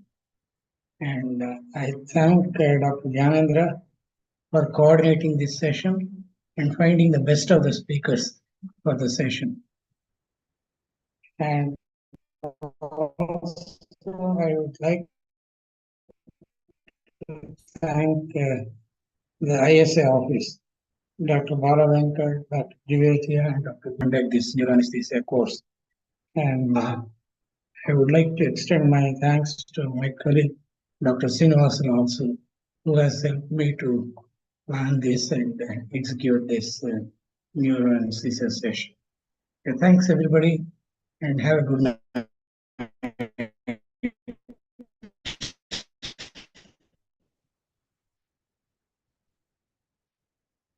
Right. Hello. Hello. Yeah. So we can hear you. Yeah. So thanks everybody. Thanks. I thank the audience also for their patient listening and for their contribution to the discussion. The discussion was very good and it was very helpful. Thank you very much, everybody, and good night. Good night, sir. Thank you. Thank you very much. Thank you, sir. Good night. Good night. Good night. Thank Good night, you. everyone. Nice program. Yeah. Yeah, very nice Thank you, sir. program. All the speakers spoke well, maintained almost. Thank you. Very well. Thank you.